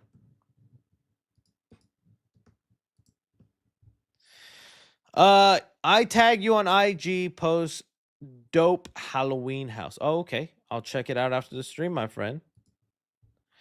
Cohen Andrews says, thoughts on Cosmonaut Variant Hour. He's a really great creator. He does really good stuff. He's one of those creators that makes me envious of how good they do, because I'm like, I can't do that. Why do people watch me when he's so out there? Really good creator. I don't always agree with some of his opinions, but solid, really good creator. Did you meet Mike from We Watched a Movie? He said he used your bathroom. I did. I met Mike from We Watched a Movie. We hung out. He was in my hotel for a bit, and he did use my bathroom. The guy took the longest pee in the world. It was insane. No, he's a really cool dude, and I've watched Mike from We Watched a Movie even before I was a content creator. I enjoy him and Jay, and I think they have really great chemistry. So it was just kind of cool to finally meet him. He's a really fun guy. I think I'm gonna be on his stream sometime in October, so I'll let you guys know. Jason Mont says, the wow, wonderful Woobsy of Oz movie. Yes, agree. What do you think of the Alien finale? I was disappointed by it. I still like the show overall, but I just wish there was a cleaner finish to the story and everything they had set up, because it did feel like they just pulled the brakes on a lot of stuff, and like they were just stretching it out to get to the next season. But I did like the show overall. I was just kind of was disappointed with the finale.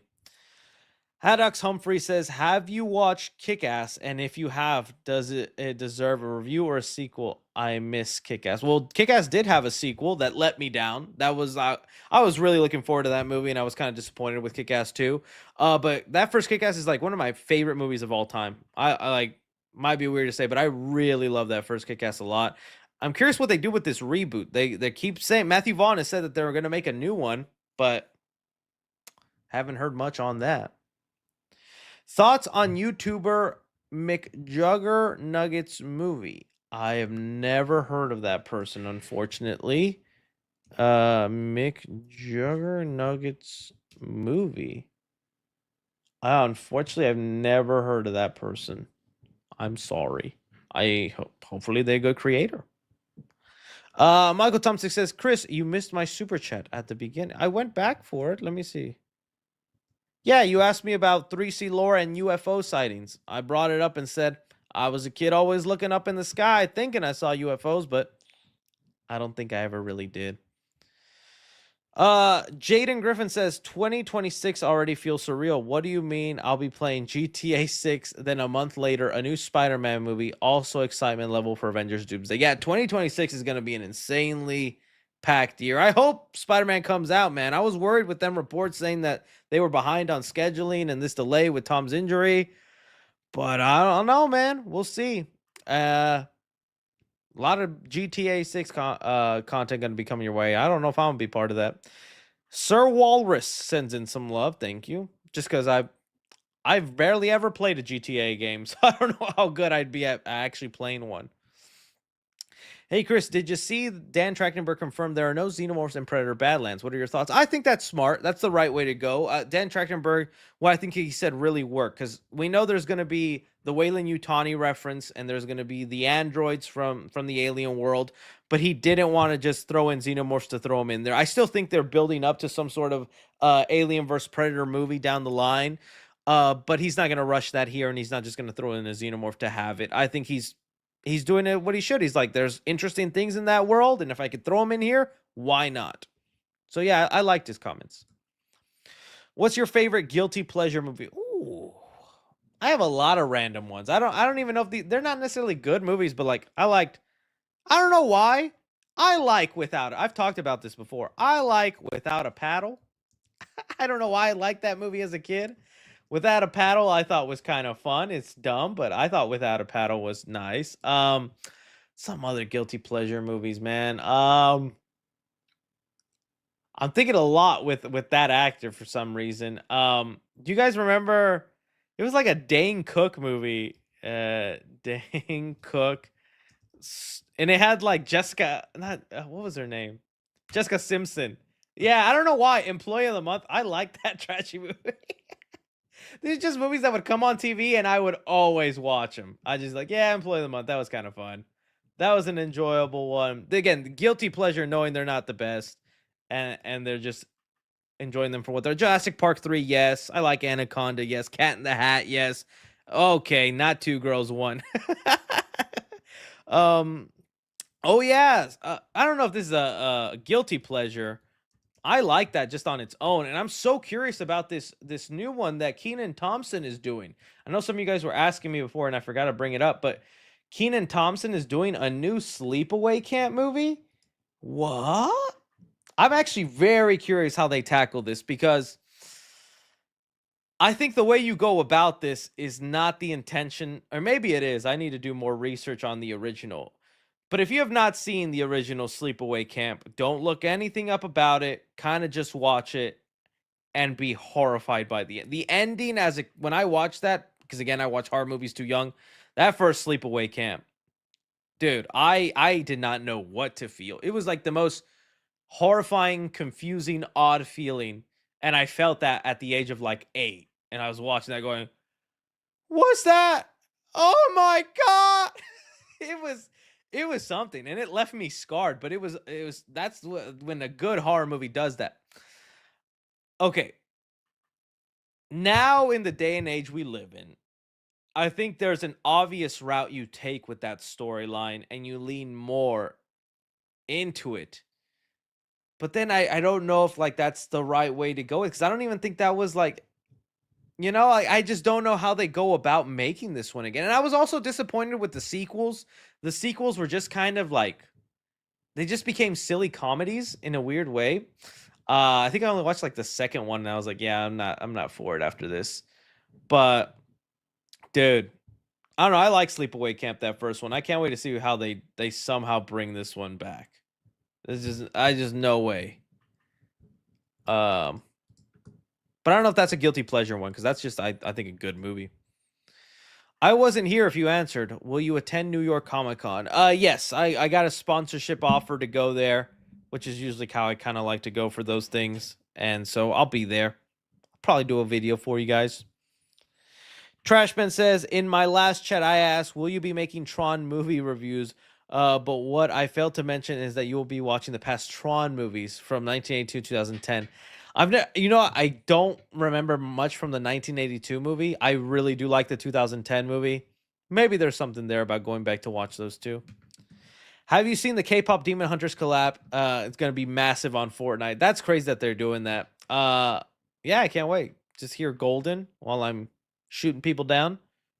I'm going up, up, up, and on it. Gonna ring on it. Have you seen the Gotham TV show? Can you talk about it? I did. I watched like 2 seasons of it, and then I kind of fell off with it. But I really did like Gotham. I did like it. I thought it was a good show. Warren Kyle Keys says, does Universal Studios bring out any Sleepy Giants to make new movie for Combat Disney and Warner Bros. Having a big 2025? Uh Dude, I don't even know what they're doing. Like, it's still so funny to me. They have no plans right now to continue the Fast and Furious movie. They ended that last movie on a big old cliffhanger, and by the time they get to making that next movie, they're gonna have to recast that kid. That kid is not gonna be looking age appropriate for that role. It's just funny that they just like haven't done that, but I guess it's not a big hitter for them.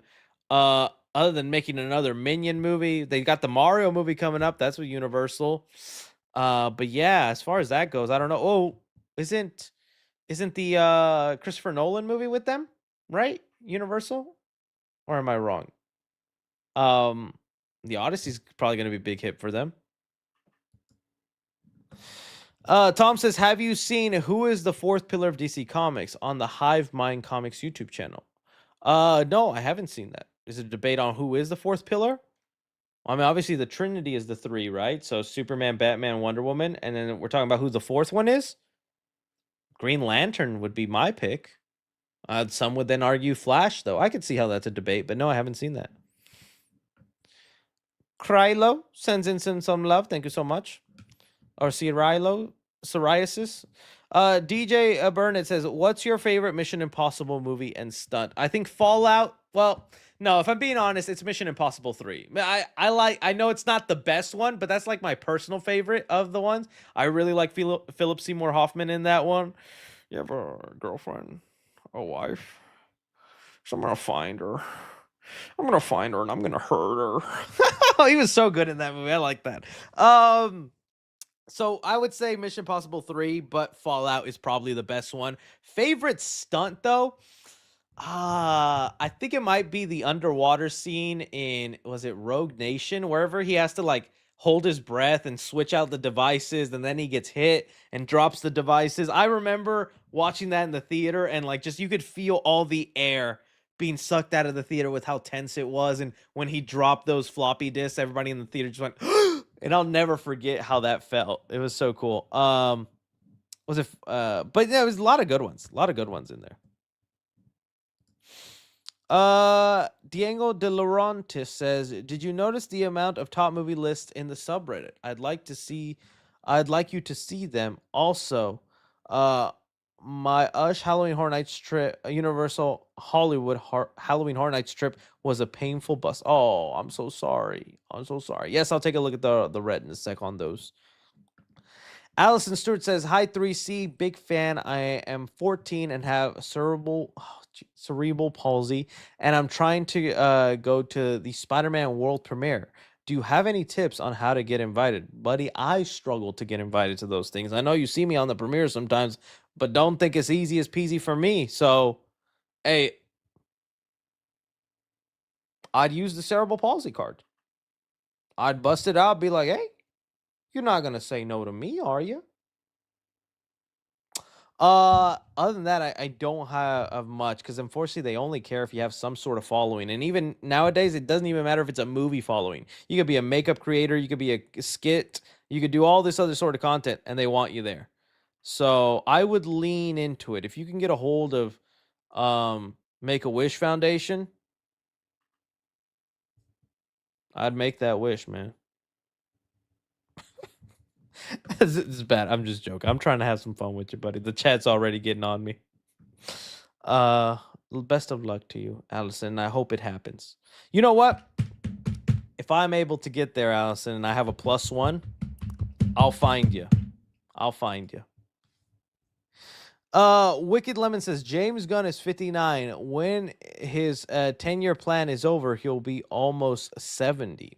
What do you think is the future of DC without James Gunn? Love the channel. I have no idea, because especially also if this Warner Brothers deal goes through where they're either getting sold to Paramount or Netflix, I strongly believe whoever gets it is going to keep James Gunn. You can believe all you want about, oh, they're going to want to this and that. James Gunn is a proven good name with the Guardians franchise, his work on Marvel. His Superman movie did get good reviews. It made a profit from what everyone is saying. They would be dumb to jump in there and go, yeah, this guy who's working right now and has produced nothing but products that have gotten great reviews. Penguin, although I know he's not heavily involved, but he's still in charge of DC when that came out. Peacemaker, Superman, and even all that. They're going to look at James Gunn and be like, you can stay as long as you keep making us money. Now, if James Gunn starts making flops or things that people don't like, yes, of course, they're going to throw him out to the curb. But I think they're going to keep him as long as they can until those flops start coming in. Cody Olding says, what fictional world would you live in if you could? You know that Earth in Peacemaker? Whoa, can you imagine, dude? No. What world would I actually want to live in? Now, the rule of thumb with this, is you end up as a regular person in that world. So you never want to pick some place that is just already like ours, because then you're just gonna end up doing the same thing, right?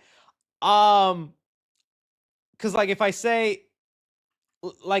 Marvel, well, then I would just be a regular guy in the Marvel world where heroes and craziness exist. Would that be fun for me, If I say the Halloween universe, well, if I don't live in Haddonfield, my life is going to be the same because Michael's always appearing in Haddonfield over there trying to get Lori. What's the difference over here with me? So you'd want to pick a world where something can benefit the everyday person, right? I guess the Dragon Ball Z world. You know what? Yeah, I'm glad someone brought that up. It says here, I'd pick Dragon Ball just to train and learn ki. Yeah, in the Dragon Ball Z world, anybody can learn ki. Anybody can learn to fly. You just have to, put training to it. Knowing myself, I'd be a Yajirobe in the freaking Dragon Ball world. Just barely flying. But that's not a bad one because that could benefit just a regular person. Pokemon would be a good world too because Pokemon, anybody can just become a trainer, start abusing some animals and making them fight. I'd like to see that. What are some other places? The Mushroom Kingdom. You know what?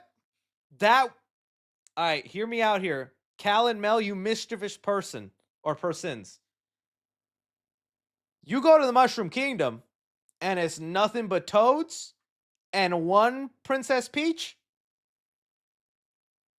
What choice she got? What choice she got? Me or the Mushroom Head Kid?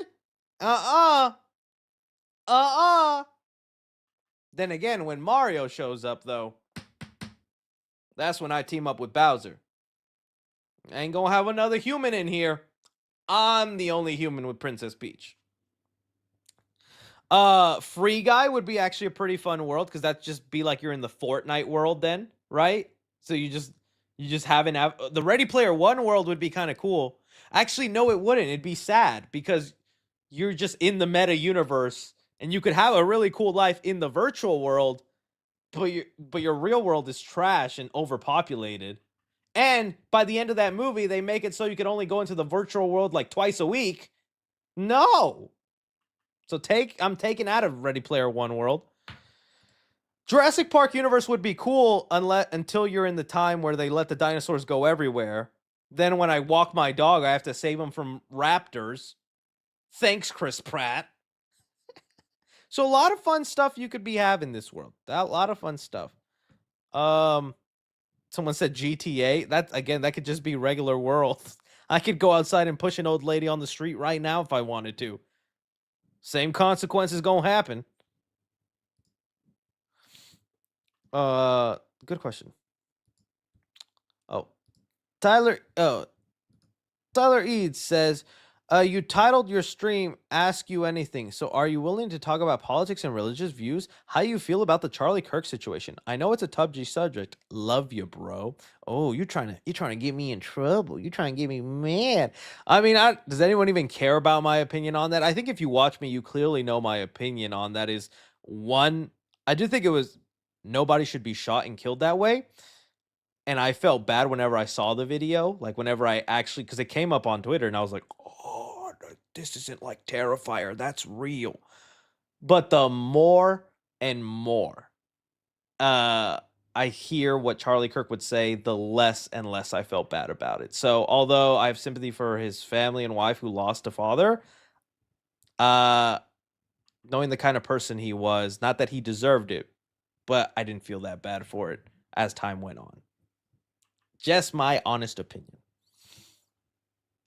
Official Awesome Geek Headquarters channel. Ever listen to punk band The Misfits? I think I have listened to some of The Misfits. Tis a good band. Tis a good band.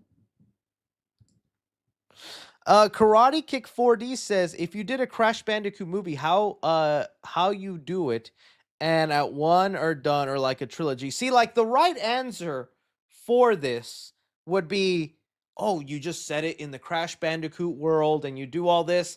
I think with Crash Bandicoot, you actually lean into the horror, into the, like, the really cheesy stupid movie trope that's happened with a lot of video game characters, and you basically take the formula of the Sonic movies, but you are almost like a spoof of those kind of movies. So I think you do the thing where Crash comes into our universe, out of his world into ours. He meets like a Robotnik and Eggman, like Jim Carrey's. uh and it's just kind of like dumb fun. Almost like purposely. I know it's weird, but like I feel like that would be the way to go with it. Is literally just follow the formula of the live action Sonic movies and do that with Crash Bandicoot in an exaggerated, spoofy way. Because that's the kind of character Crash is. He's not even someone who's verbal. So do you even make Crash talk, or just make him have the weird sound like oh, ah, ah? It's the sounds he makes when he dies. Uh, I hope we get a Crash Bandicoot movie. He was my video game mascot. I know people had their Mario, people had their Sly Cooper, or what other mm, video game mascots were out there? A Donkey Kong. Crash Bandicoot was my like mascot video game character growing up. I love Crash. Tough luck. Over 50% Mando and Grogu does 500 million globally.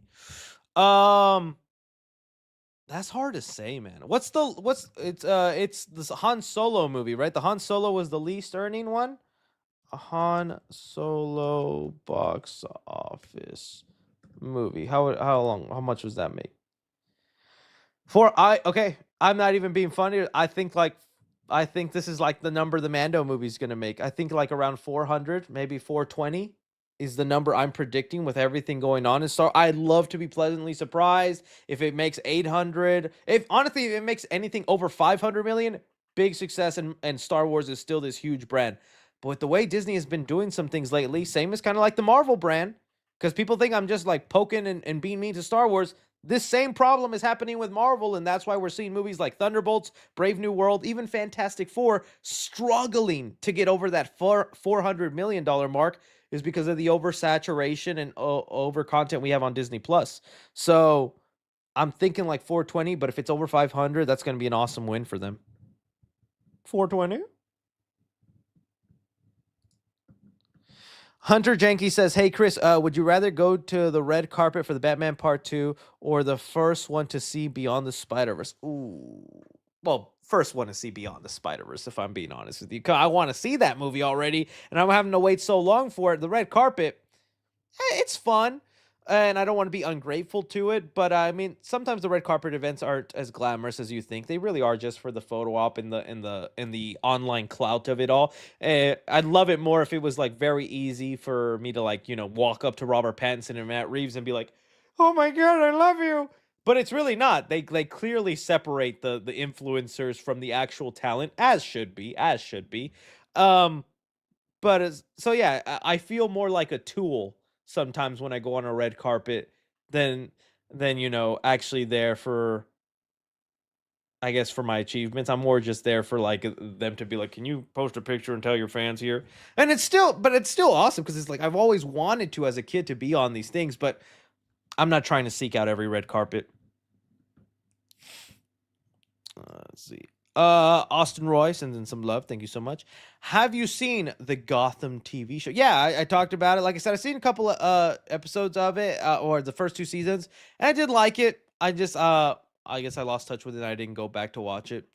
Um, but yeah, good stuff. Eric Garcia says, do you think MIT is going to create Hobgoblin? Ned transforms from a failed experiment. I think it works better than Hulk being the villain. I've been thinking that for the longest time because I still have it in my mind that Ned will become Hobgoblin or some sort of secondary villain at one point in this trilogy, and they will fulfill that destiny or that canon event of Peter's best friend becoming an enemy of his at one point, because that's happened to Andrew Garfield. It's happened to Tobey Maguire, and they joked about it in No Way Home, where Ned's like, I promise to never try and kill you. You are going to do it, Ned, because you're not even going to remember that friendship. And I think there's just such a great heartbreaking story to tell, too, as Peter remembering that friendship and Ned not. And there was a rumor, I don't know if I could even find it now, that MIT is going to be an evil place. In MIT evil. Let me see if I could find it. Yeah, it says here, MIT is reportedly evil in Spider-Man Brand New Day. I think that's how you do it. Maybe they're having some sort of like, experiments, or they're letting the kids.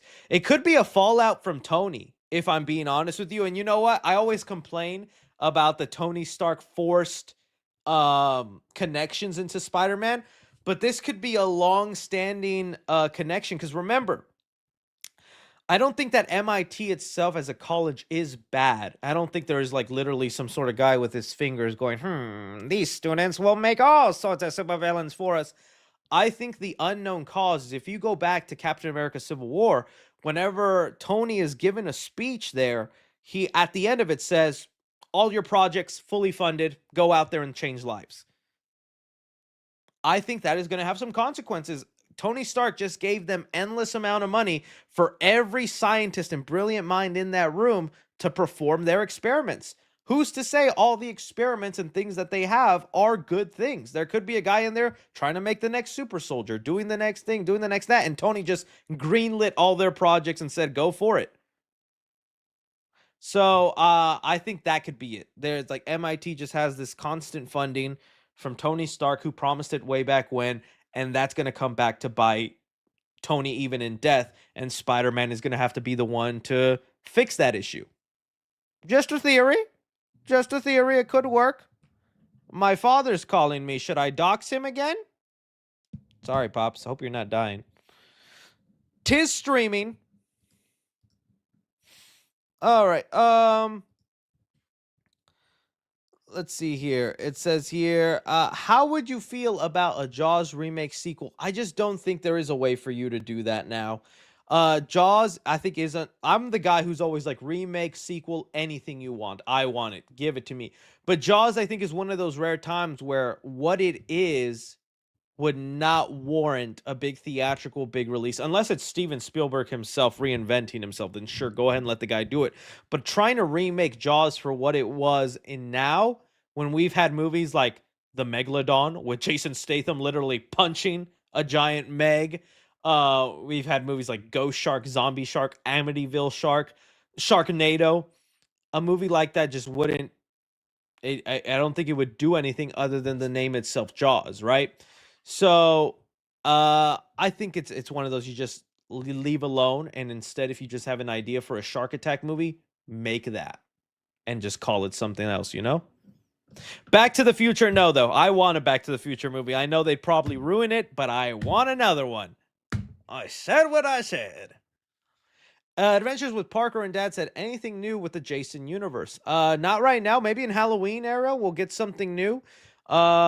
I think the next thing we're really going to hear about with it is the TV show they're making with A24. So hopefully that's good. The only other thing is, like, I think Jason's coming to Fortnite. So you can expect a Jason gameplay video on there. Arch Nate says, I'm sorry on being more consistent with content creation. Oh, I'm starting to be more consistent with content creation. What advice do you have for me starting out, and what mic do you use? I like the Shure MV7B. Shure MV7B. I think that's what it's called. It's not the $500 one. It's like the other one, Shure MV7. Oh, geez. Okay. Well, didn't even let me look it up. There we go. This is the one I'm currently using right now to talk. I think it works really well. I have 7 Plus, and it's just a USB mic, so you can just plug it in with the software. Does it? You could, if you're more advanced and all that, you could use XLR cables. I always have terrible experience with XLR because I get a humming noise. I think it's with all the electronics around me, it picks up so much static, so it always has like a staticky noise to it. As far as content creation go, it's always short form content because short form makes it so that they find the audience for you. So start farming on short form and then try and segue your audience to long form, because I think long form is the bread and butter that could actually sustain you. But short form is the way I say to start. Any thoughts on doing meet and greets in LA anytime soon, or a meet and goon? You bring the lotion, I bring the tissues. Yeah, we just brought up that Charlie Kirk situation. That's selfishly, that's one of the things I thought of whenever that happened. I was like, yeah, I don't think I want to do meet and greets because I don't want to get shot for saying Space Jam 2 is a masterpiece. I joke around and all that, but my channel is based on my opinion and how I view some movies, and it's pissed some people off sometimes, right? And so sometimes it is scary to want to be like, hey, I'm going to be at this location unarmed. Come at me, buddy. It's a little scary with the world we live in. You never know. And even then, there's been unfortunate stories of real life YouTubers that have died through public events. I kind of scared. So I'd rather just like meet you guys naturally in the wild. Okay. Just give me your address. I'll show up. All of you, just give me your address one by one. And on the days I'm free, I'm just going to drive around and be like, hey, Tony4980, you said you're a big fan. I just thought I'd come say hi, man. What's your mom cooking? You know? Someone said hire security. You didn't think he had security at that thing? You didn't think he had security at that thing? So I like how someone said, you're not as bad as Charlie. Thanks. I don't know if that's a compliment or not. You're not as bad as. Thanks, buddy. You're okay. You're like Diet Hitler, Chris. I'll take that. All right. Easy76 says, do you like Percy Jackson's King Kong? Better the new Kong movies. Also, how much do you throw it back? $4.99, buddy. There we go. Just threw it back for you. I think yes, I like the Percy. Did you say Percy? It's not Percy Jackson. Is it actually Percy Jackson? Jackson. Oh, it is Percy Jackson. I don't know why I always think that's his actual name. It's Peter Jackson, isn't it? Yeah, I'm like Percy Jackson. It's Peter Jackson. I'm like Peter. Yeah, Peter Jackson. Yeah, I was like Percy, like the demigod? The demigod made King Kong. No, I do. That's a movie I didn't appreciate when I was young. I like fell asleep. I remember as a kid, I was like, that is so boring. It's taking forever. But I watched it when I got older and I really liked it. Yeah, I like that movie a lot. Play Wolverine like you did Spider-Man 2 and stream it, please. Will do. Global Globler. Will do. All right. It says, Wicked Lemon says, what would you do if the set Kraken came to life? Oh, if this Kraken came, well, it's over for me. It's donezo. And I want that. That should be a movie, right? And it kind of was, but they didn't do it right. So I wonder if I can just do it myself. Wouldn't that be such a cool movie? They did it with the I think it was like Christopher Landon, or who was it? Marlon. I remember being kind of hyped for that movie. And it wasn't really that good. What was it called? It was a Netflix movie. It had just came out recently. Not recently, it was like a year or two ago. What was it called? Curse. The Curse of Bridge Hollow. What a great idea for a movie. the premise basically was that like all the animatronics or Halloween decoration comes to life and starts going after people in the town. Dude, that's an awesome idea for a horror movie. And it was played more for a comedy, and I just found it kind of silly. Uh but yeah, dude, that you just saying that, like, what if my Kraken came to life? That'd be a cool idea for a horror movie. It's just like a guy who collects a bunch of animatronics in his house, and then all of a sudden they come to life and start killing. Let's do it. Uh, oh, like Goosebumps too. Yeah, kind of like Goosebumps too. Alejandro Blanco says, I think this would be a perfect casting for the upcoming Donkey Kong movie. Brad Garrett and King K. Rule. If you want to know what King K. Rule is, he is the villain to Donkey Kong. Ooh. Yeah, dude, I'm still hoping that they make the Donkey Kong movie. I'm hoping that's why he's not part of like Super Mario, but who knows when that one's coming out? Hopefully sooner rather than later. Spidey83 says, recently heard of Marvel Champions pilot with Squirrel Girl from 2018 that died before being aired. Was going to be on Freeform. Look it up. Thoughts? Yeah, wasn't it with the actual like was that one the one with the AT&T girl? That AT&T girl though, you know what I'm saying? God damn. Oh Lord, Squirrel Girl pilot, or is it animated? Yeah, it was her. Let me tell y'all right now. I have AT&T in my house. Is it for the service?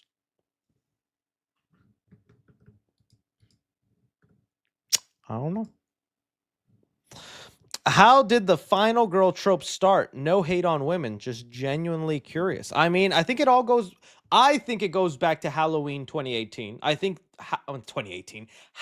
John Carpenter's original Halloween from 1977, right? It's so many dates to remember. 1977, or is it 78? Halloween. It was 78. There we go. My bad. 78. I think John Carpenter's Halloween is the blueprint for all the slasher movies we see today. Now, I'm sure there's things that stem back to it, and you can point fingers at other movies that have done it. But yeah, Texas Chainsaw Massacre, you're right. Probably it was Texas Chainsaw as well. Was it earlier? Was Texas Chainsaw earlier? Chainsaw 74, you're right. Okay, 1974. It's Texas Chainsaw. Texas Chainsaw I think started, and then I think Halloween is one that like kind of set the formula uh that would be repeated on for times to go. I think it just comes down to the idea of good versus evil. A lot of it also stems from, the pure innocent virgin going up against this evil incarnate coming out once each other, and then innocent and pure outbeating that. Uh I like the trope though. I mean it works well, and there's so much that's been done with it. Yes, it's been overplayed now and whatnot, and I would like a renaissance of final boys. Not to be like, what about us boys? But I think there's something there too. But it works. It works. I don't know. Psycho had a series too. Yeah, okay. Psycho started the slasher. I'm just more talking about the final girl, because isn't like literally like who you think the main character is in Psycho dies within like the first couple minutes, and then it goes off from there. Um the more final girl trope is like Texas and Halloween, in my opinion. But it's a good trope. I like the trope. Will you be doing a review on Alien Earth season 1? Yeah, I just gave my thoughts. I'll clip it on the Clips channel if you missed it. Not Ned Flanders, Frank Grimes. Frank Grimes. Oh, Frank Grimes. Is that the guy from Walking Dead? Who's Frank Grimes?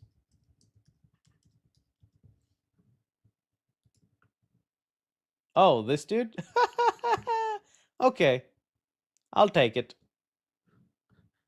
Coral. Snowjack says Gato and Beyond the Spider-Verse will now release the same day. I did see that, and I think that shows you some of the fear. So I think Beyond the Spider-Verse moved a week ahead to get some space between them and Man of Tomorrow, which is a smart move. They just showed, and it just goes to show you, people do fear the box office potential of a Superman movie. So that's good. Gato's definitely gonna have to move though. That's not gonna be a good spot for Gato. Jack Simple sends in some love. Thank you so much. Hey, Chris, what are your thoughts on Michael C. Hall as Brainiac in Man of Tomorrow? Will you ever see Dexter videos on the channel? All right, believe it or not, your boy finally finished all of Dexter. I think I'm actually gonna make my own little separate video, but I'll post it on the Clips channel, giving you my thoughts of all of Dexter because I have a lot of it, and a lot also on Resurrection. So yes, I think I will make like a Dexter like encompassing review video. I'll post it on the Clips channel on there. But yes, Michael C. Hall's Brainiac. I don't mind him. Wouldn't be a bad choice, but I'd be open to another one. David, since it's a love, thank you so much. Have you seen Bambi the Reckoning? No, but I will be seeing it by the time October rolls around, and you will get a review.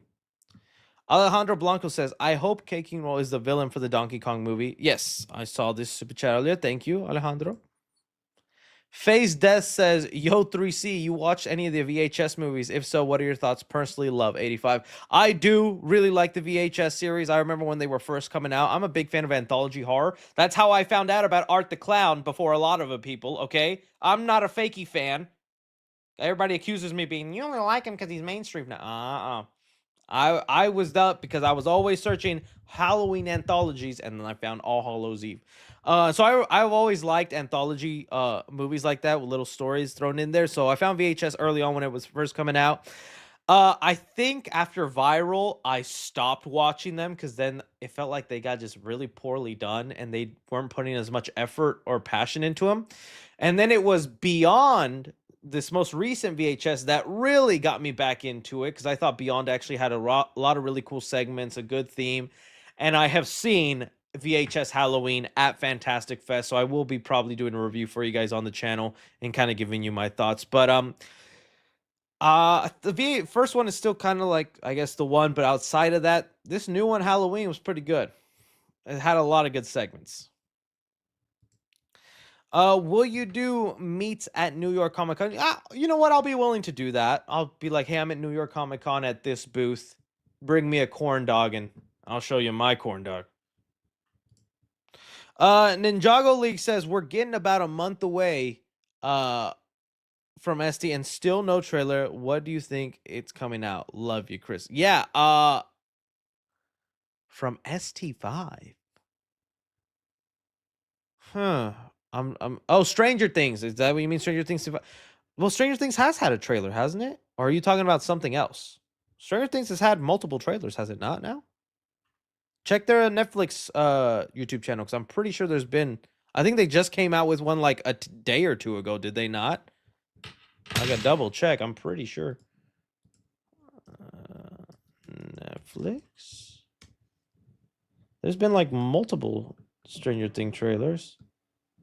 Where is it? Where is it? There was a One Last Adventure. Yeah, this was one, I think. And then I'm pretty sure there's been like a couple of them. Can you rank James Gunn's superhero projects?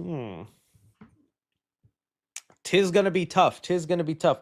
I'm gonna include Super in there because I really like James Gunn's Super with Rainn Wilson. It's a superhero movie, but not really based off any superhero property. So to be fair, I'll put that at the bottom. But it's a really great movie. I highly recommend it to you guys. All right, then I'll probably go Guardians 2. I think all his movies are good, but Guardians 2 I put up there. I really like Guardians 2. That's where I put at. And then I'd go I guess Guardians 3. That was just a heartbreaking, sad that was like I still think about I was driving the other day. I was having kind of a rough day too. And the song that goes on at the end of Guardians 3 came on, and the tears started flowing thinking about that movie again. I was like, I could just ram the car right now if I wanted to. Then Guardians 1. Then oh no, this is hard. I think oh man, I'm trying to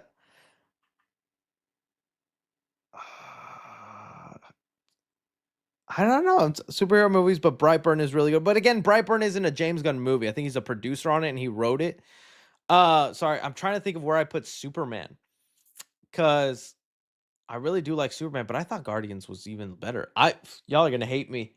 I think never mind. I'm gonna put so I had Super Guardians 2, then Superman. Yeah, I know. Y'all are gonna be. I really do like Superman. I think it's good, but I've been very honest about some of my issues with it and how I feel like James Gunn was a little hesitant when making that movie, and you can tell he was more cautious with it and wasn't letting more of himself come out in the project. I'm still very excited for Man of Tomorrow because he seems a lot more confident in that idea. But I just felt like it's one of the weaker James Gunn made movies, although Superman is really good. Then Guardians of the Galaxy 3, then Guardians of the Galaxy and the Suicide Squad. I honestly think the Suicide Squad is the best James Gunn superhero movie that he's done. I think in terms of the characters, the color palette, the action, what goes on in it, I felt it was him at his strongest. If I'm being honest with you, just my opinion. I know, but I'm just being honest with you. Any updates on the Chucky films or TV show? No, we have not gotten an update on that. I think even one of the stars recently of the show was like, "Hey, it sucks that that's how our characters ended. I wish we could get a continuation."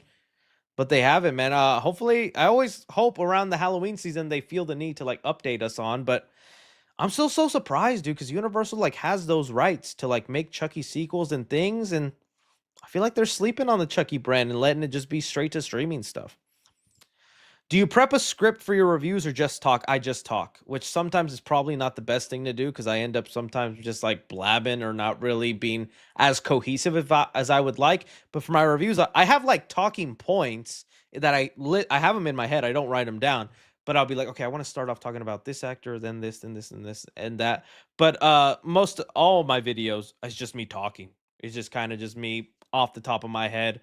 Uh, I think I should script, but it's honestly when I script, I don't like then how I sound when I script because then I feel robotic. I feel like I'm reading, and I don't. I want my energy to come out. You know.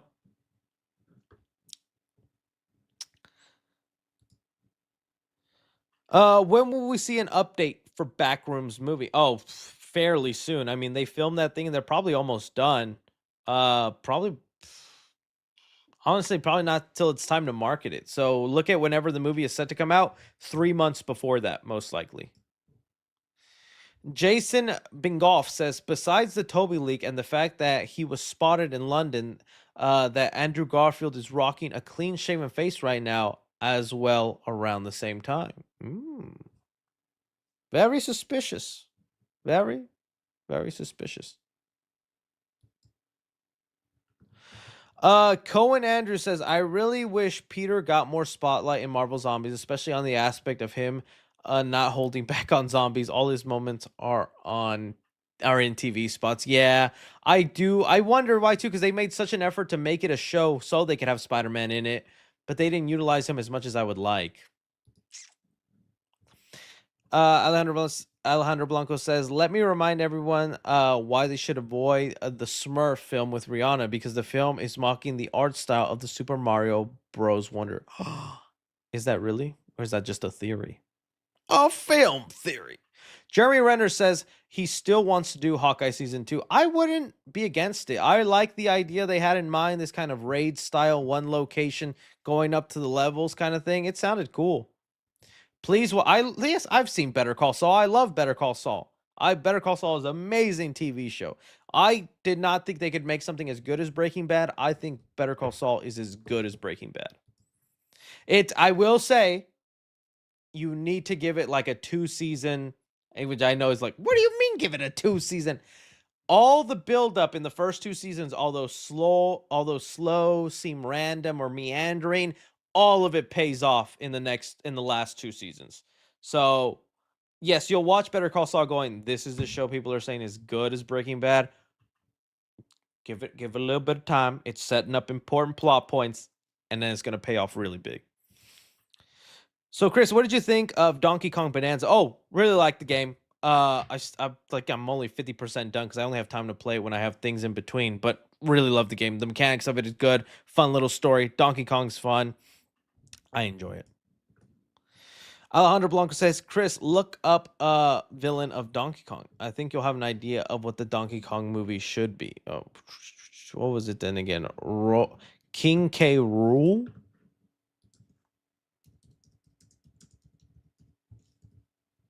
Oh yes, I know this guy. I've seen him. Yeah, he would obviously have to be then the villain. Wonder who would voice him. Oh, lost my place. Lost my place. Love your food video. Keep doing Cody Leach. What do you mean? Keep doing Cody? I don't think his wife would appreciate that. But yeah, anytime I can do something with Cody, of course. Quentin New sends in some love. Thank you so much, Quentin New. Lop sends in some love. Thank you so much. Chris, reaction to the Wicked for Good trailer. It looks good. I saw that they were finally showing off like the Tin Man and the lion and all that. Oh boy. That's my best like Tin Man impression. Or was that more the lion? Looks good. I'm excited. Landon Menson says we need a Freddy Krueger movie. We also need a FNAF TV series. I wouldn't put it past them maybe doing some sort of FNAF TV series. Maybe the early William Afton days. Him in the Yellow Rabbit outfit would be awesome. A sister location one. I don't know. Be good stuff. Chris, you also haven't read any of my chats. I have, buddy. I've actually read a lot of them. In fact, I've even read some on repeat. Nerdy Night Owl says, I would like to cast you in Help Wanted TV show. Are you Mr. Hollywood? Because that would be nice. That'd be nice. Caleb Gary says, hey Chris, I'm going to basic training October 7th. I think one of the things I'm going to miss the most in my spare time is these live streams. Oh man. Well, thank you for your service, my friend. Good luck out there. I truly appreciate you. We will be thinking of you in these live streams. Thank you, Caleb. Favorite 90s comic book film? What are the 90s comic book? It's only like Batman movies really. So what, like Batman Forever? 90s comic book movies. I guess there was also Blade or Spawn, Phantom. I might just go with Batman Forever if I'm being honest with you. Unless you count the Turtles, because the Turtles were comic books. Men in Black was a comic book, that's true. The Mask also. I think to play it safe, I'm going Batman Forever with you. I think Bowser Jr. is going to be played by a child actor. Illumination usually casts child actors for their kid characters in their movies. Yeah, I guess that could happen, but I feel like they would still probably get some sort of adult voice with it, especially since like it's already supposed to be like kind of a dragony. The Kevin Hart casting, I really like the fan casting that they've been doing with that. I think that'll work. What's your favorite Batman film? The Batman. It was The Dark Knight for the longest, but I really do think The Batman with Robert Pattinson. Have you heard that Kenan Thompson is involved in producing a Macho Man biography, piggybacking on Randy Dinsotter does the best Macho Man impression? I was seeing that. Unfortunately, because you guys know I'm not a wrestling guy. All I know of Macho Man is his cameo in Spider-Man. You're going nowhere. I got you for 5 minutes. 5 minutes of playtime. It's a cute shirt. Your husband give it to you? Cancel Toby and his homophobia. Was that a good impression, guys? I don't know. Tell me. Top 5 worst sequels of all time. Woo! Woo! Tons of ones out there, man. The Joker 2. Joker Fettuccine Alfredo. I said 5 minutes, it's 3 minutes. Sorry. Well, I give Macho Man some more time. Worst sequels of all time. Let's see a list and I'll narrow it down. I like Son of the Mask. Okay, that movie is funny. I I'm a defender of Son of the Mask. I watched it so young, so maybe that's why I give it a pass. But tis I likey Son of the Mask, you know? Worst movie sequels ever. Okay, let me see like a image of some of these things. I'm trying to find like there's obviously bad ones, but I want to find like the worst of the worst. I don't know why Rush Hour is on that. Rush Hour could arguably be said the best of the Rush Hour movies. Um, these are just movies, man. They're not even Megamind 2. I mean, if you want to call that, it was a straight to straight. I don't even call it that. RoboCop 2, this and that too. What was another one? Someone said Fry. Nah. Megamind. Scream 4 should not be on there. I agree. And I'm thinking direct sequels. I'm not thinking like the third or fourth or fifth installment. I want like a great movie and then immediately went to crap with the next movie. Um Dumb and Dumber 2 did let me down, but I still kind of enjoyed it just to see them back in the roles. Cop 3, Home of the Rich. I'm trying to see something. I don't know why it's so hard for me to think of like really awful Space Jam 2, and you're a mod. We have a mutiny on our hands. Oh, Murder Mystery 2, yes. But the first movie wasn't even anything to like write home about. Murder Mystery 2 was so awful. It was very awful. That's okay. I like Anchorman 2. I thought Anchorman 2 was fun. Chris Parker 2 Electric Boogaloo. Thanks, my friend. Dude, I don't know why this is so hard to think of. There's like tons of terrible movies to pick from. Let's see what's on the IMDb worst. Super Babies, dude. One day I just got to go back to the Super Babies movies. I can't believe those were a thing. The Ring 2, Daddy Day Camp. They didn't even bring back Eddie Murphy for that one. I remember. Oh yeah, but see, I'm trying to think of direct sequel. Big Mama's House. She got 2 houses now. Oh, how would they made a sequel to Boo?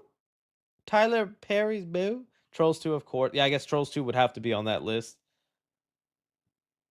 No, Son of the Mask, tis peak. You guys were not ready. You guys were not ready for Son of the Mask. Leprechaun 2 I like Leprechaun 2 a lot. Leprechaun 2 is good. I Still Know What You Did Last Summer. There's a lot of bad ones in here. I do hate that they didn't bring back Arnold for the second Escape Plan. That could have been a fun series.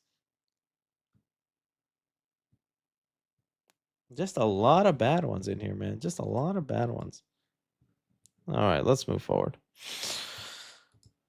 Oh shit, I gotta. Let me hang on.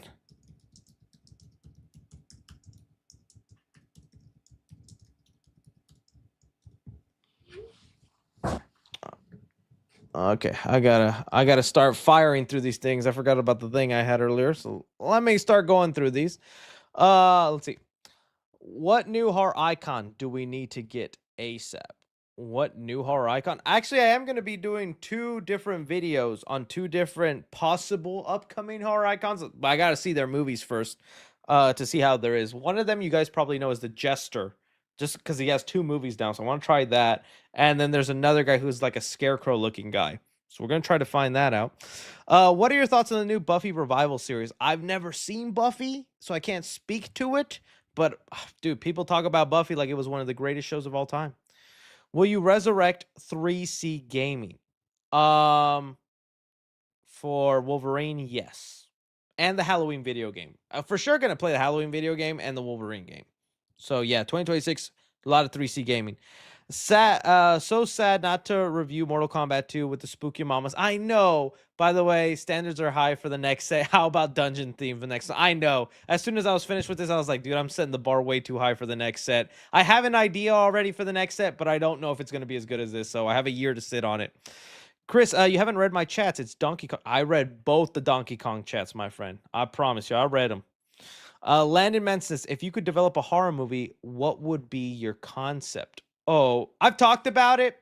It would be There's more details to it, but just to give you the rough synopsis, it's basically a guy who's into watching these old cartoon shows, Looney Tunes style, gets a haunted Looney Tune tape or old VHS tape, and then a bunny comes out, kind of like Bugs Bunny. Everything seems good and dandy till things are not, and then he kills you in Looney Tune style deaths. I got more than just that. That's kind of one idea I have. Hey 3C, when are you coming to New York? I want to meet you for real. Well, I'd like to meet you too, my friends. Space Jam but horror in a way. Do you like Pokemon? If so, who's your favorite? I like the first, I guess, 2 seasons of Pokemon with the Ash stuff, but once it got so complicated and odd, I jumped off the Pokemon train. But I do like that in the original Pokemon movie. It made me cry when I was a little kid. Corbin Nay says, if you could have anything Spider-Man Brand New Day, what would it be? Villains or story arc for Peter? Oh, I would like the Craven storyline done. I think we just haven't done that yet, and I would like that for Peter. Somebody just a guy to hunt him down, outsmart him, outwit him. That kind of storyline would be good. Mixing it in with the symbiote, something fun could happen there. I love how Marvel Zombies brought all the elements throughout Phase 4 and 5, like Widow Idris and the Raft, New Asgard. Yeah, that's the thing Marvel Zombies did best, is bringing together all these different aspects of the MCU into one cohesive story. That was my favorite part of Marvel Zombies. Alex Pena says, what are your thoughts on Jordan Peele's new idea for his next movie? What kind of horror elements will he bring? I still want to know, because they had taken his movie off the calendar. So I'm like, yo, what's going on with that? I'd like to see this movie, Mr. Peele. But yeah, I have no idea. Whatever he's willing. I'd like to see a slasher, but I guess he kind of did that a little bit with Us. So maybe something more supernatural. He hasn't really touched supernatural. He did a creature feature with Nope.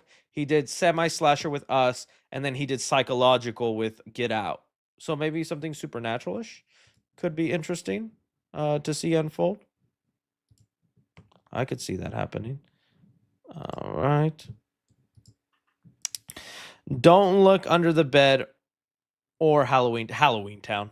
I don't think I've even seen Don't Look Under the Bed, but Halloween Town all the way, buddy. All the way. Hey 3C, spent money just so you can say hi to me. Well, hi, Ashley. Is that really your name, buddy? You don't look like an Ashley. And of course, all the characters teaming up. Okay. How would you feel about Chucky Ghostface crossover? I wouldn't mind it. I just, because like Scream and Ghostface are in a grounded world, and Chucky's in a world where voodoo and stuff exist. I don't know how much of it would go in hand to hand, unless you can get like Ghostface in like a little Ghostface doll body, you know? Hey, do you know when Thanksgiving 2 is coming out? It was supposed to start filming this year, and we still haven't heard about that. So unless they start filming it at the beginning of next year, it's not going to meet its current fall release date or time frame that they want. I don't even know if they have a full release date for it, but plan is for it to come out next fall. Hey, Chris, I'm getting married in December. We still need a ring bearer. Interested?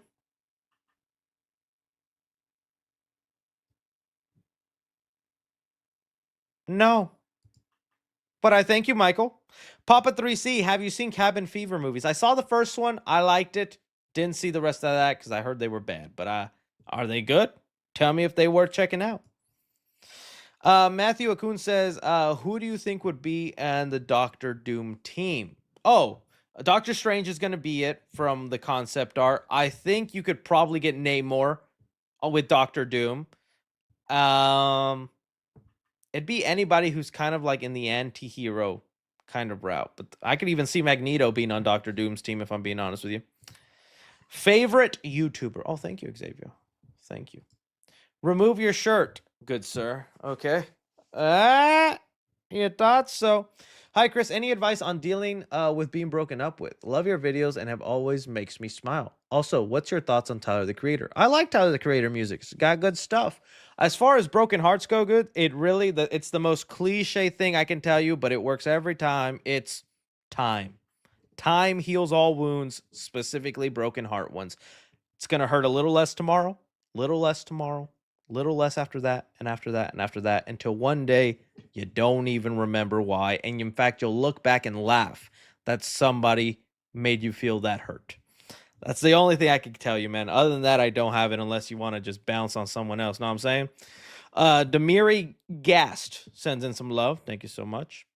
Julio Perales says, "What superhero movie have to do to stay relevant?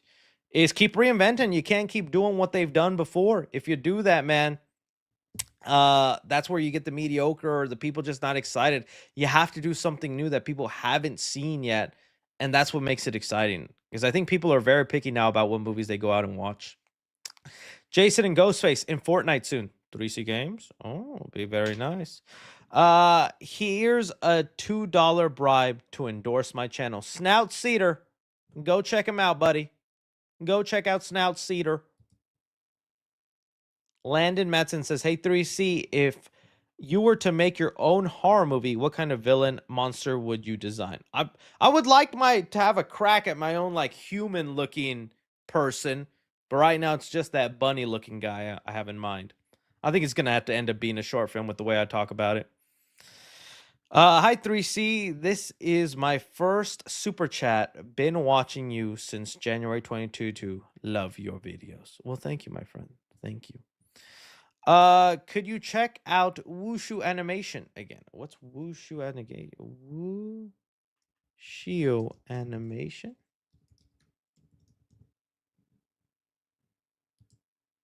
Unfortunately, nothing popped up with that, my friend. So no, I will not check that out. What do you think AMC Scream Oh, I never keep up with that. If you actually want to like a best guess, I say go to the Reddit. Them Reddit people, they figure it out. They got the inside knowledge. Just type in AMC Scream Unseen Reddit, and you'll always find they almost always nail it down what movie it's gonna be. Did you heard on June 6th what Michael Bay posted on Instagram? No. Is it more Skibbity Toilet stuff? Did he post more Skibbity Toilet stuff? I'm still waiting for that update with Skibbity Toilet, but no, I haven't seen it. Snout Cedar says the set is a masterpiece. I know you had issues with the fog machine, but what really makes the set is with the lagoon theme. I think there is some type of fog machine that feels. Yeah, I've seen it. I think I'm gonna have to grab it for some videos just to have it kind of there. But it's a little hard to have it throughout the rest of the Spooky Mama time. My brother is worried how Nolan would make the Odyssey. I am curious because he's such a grounded director. How does he go about making something that is a little bit more, how do I say, fantastical? And I am curious about that. Like when he does the Cyclops fight, when he involves Zeus, when he involves all these other characters that are more fantastical, how is he going to go about that? Are you more of a pancake or waffle guy? Honestly, waffles. I like waffles. Pancakes, take it or leave it sometimes. You can't escape the Reddit, Chris. I'm going to have to escape it today, my friend, unfortunately. Any Spider-Man storyline you want to see adapted in live action that hasn't been done? Personally, I want to see the Clone Saga, even though it's bad. Yeah, honestly, same. I would actually like to see them take a crack at the Clone Saga without doing too much of inspiration from the actual comics and more of an original story that has the idea of it. I think there could be something they could do there. It's probably a good idea. Right. It says here, hey Chris, you reacted to my Spider-Man fan film trailer a couple times, and I want to let you know the film is out. Would you be willing to watch it when you have time?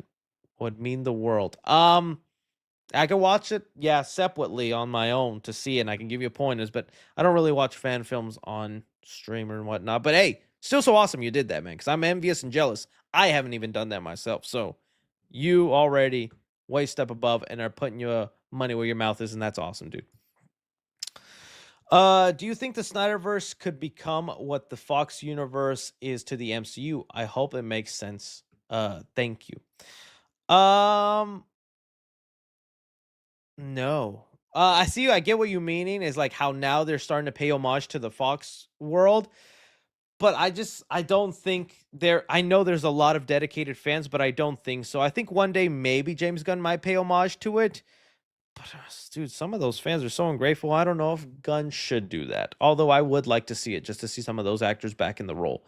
But no, I don't think it will be like in the Fox universe. They're getting a lot of respect and stuff like that now.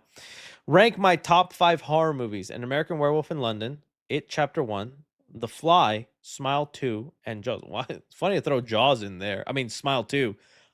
Feels so out of left field with all the other ones. Okay, bottom. I'm gonna go It Chapter 1, although I love it.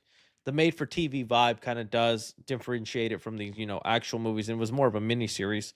Oh wait, you're talking about the Annie Machete one. I'm over here thinking about the ones that was part of the mini series. I guess I'd still put It Chapter 1 at the bottom, although it's really good. Then believe it or not, I guess Smile 2. Then I would do I know Jaws is great, and I do like what Steven Spielberg did in there, but I'm put Jaws because I like uh The Fly a lot, and so Fly would be my number one. Then American Werewolf in London. That's it. Tim Curry. There we go. Thank you. The Pumpkinhead 1 through 4 movies will be on Halloween movies this year. I never watched the series. I think I tried watching the first movie, and it just took too long to get to Mr. Pumpkinhead. I turned it off as a kid. So maybe I need to give those 4 movies a shot now.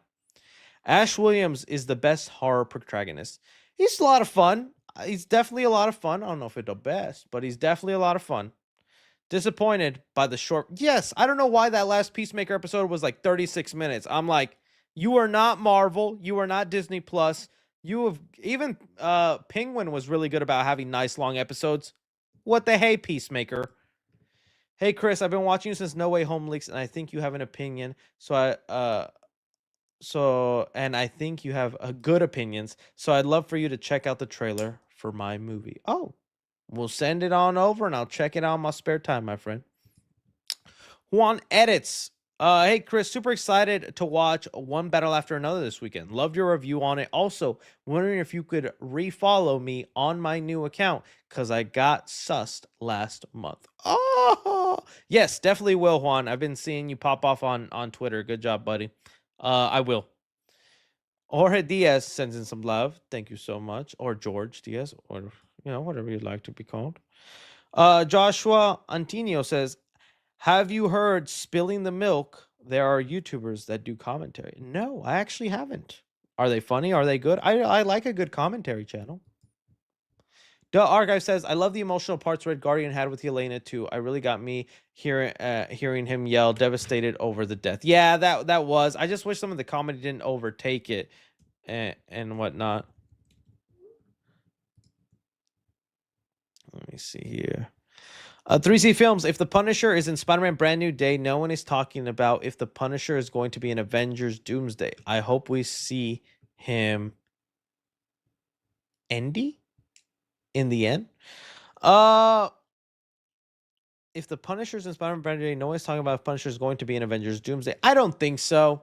It would be nice, and maybe he could have something in there, but I just feel there's already so much larger than life characters. I don't know what Punisher would do in that situation.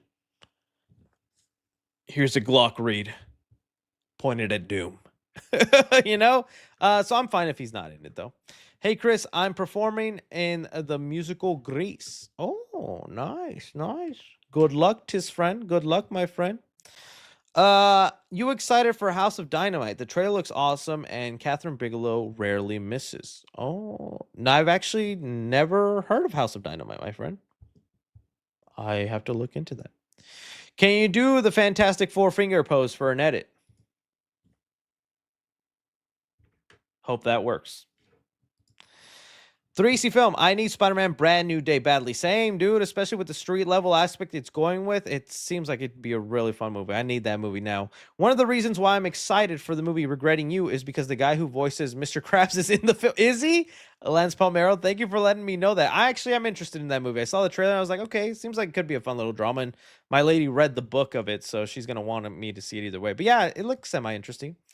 What are you looking forward to most in FNAF 2? I'm hoping Skeet Ulrich delivers as Henry Emily. That dynamic definitely. Honestly, just Matthew Lillard stuff is the thing I'm most excited for. And I guess the toy animatronics to see how much they up the blood and the carnage in that. That's definitely for sure.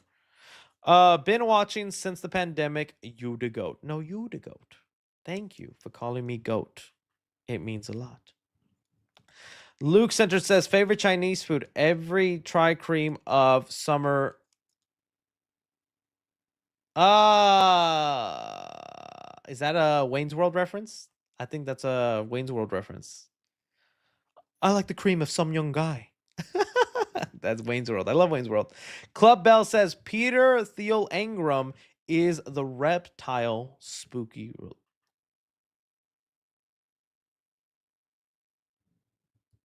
Spider-Man Brand New Day Willem is a female shapeshifter. Yeah, we just talked about that earlier on in the stream. Could be chameleon gender swap, which again, I wouldn't have a problem because chameleon's whole thing is being any person they can blend into, even a black cat as a man. So why not? Why not, right? Chris, I finally watched Bad Guys 2 after a month of waiting because Australia's school holiday is different in the America. Yeah, I've heard. The Weekly Planet boys always do talk about that. So yeah. X-Men 97 should be rated TVMA for season 2 and season 3. That would be awesome if they did that. Yesterday was my birthday. Well, happy birthday, Arogigio. Can you say a birthday to my boy Fabian? Happy birthday, Fabian. Did you hear that Brenda Song, Macaulay Culkin, and Andy Samberg have been cast for Zootopia 2? Yeah, I did see that. It's great. They're a nice little power couple out there, and I like to see Macaulay Culkin and Brenda Song happy, so that's nice. You think Punisher will be in Marvel Zombies? I'm just not that excited for it, what they've been doing with it, but if he's in it, sure, because Punisher would go crazy. And honestly, yeah, why not, right? Throw in rated R characters into your rated R show. It would be awesome, though. Who do you like more, Alien or Predator? Honestly, Alien. Although Predators are pretty cool, but I like Alien more as a franchise. Hey Chris, should I watch The Strangers Chapter 2? Unless you want to claw out your eyeballs, man. Unless you're going drunk and having fun with your friends. How many donuts can you stack on it? Oh, dude, honestly like 2, and that's being generous. Did you watch Demon Slayer and Arrow video TMT4K? No, because I need to start watching Demon Slayer from the beginning, and that's how I'll be able to get on to watching the show. I heard the movie was good though from the fans though. Arrow video on the TMNT 4K, yeah. I already have my 4Ks though of some of those, so or is that the first time? Do I have the Blu-rays then? I have some sort of box collection of the TMNT, and I'm okay with those. Anyways, that is the finale. I have to get going to my family event. I love you guys so much. So sorry I had to rush through that, but you guys are amazing, wonderful, beautiful people. More content soon to come. I love y'all. Sorry, gots to go.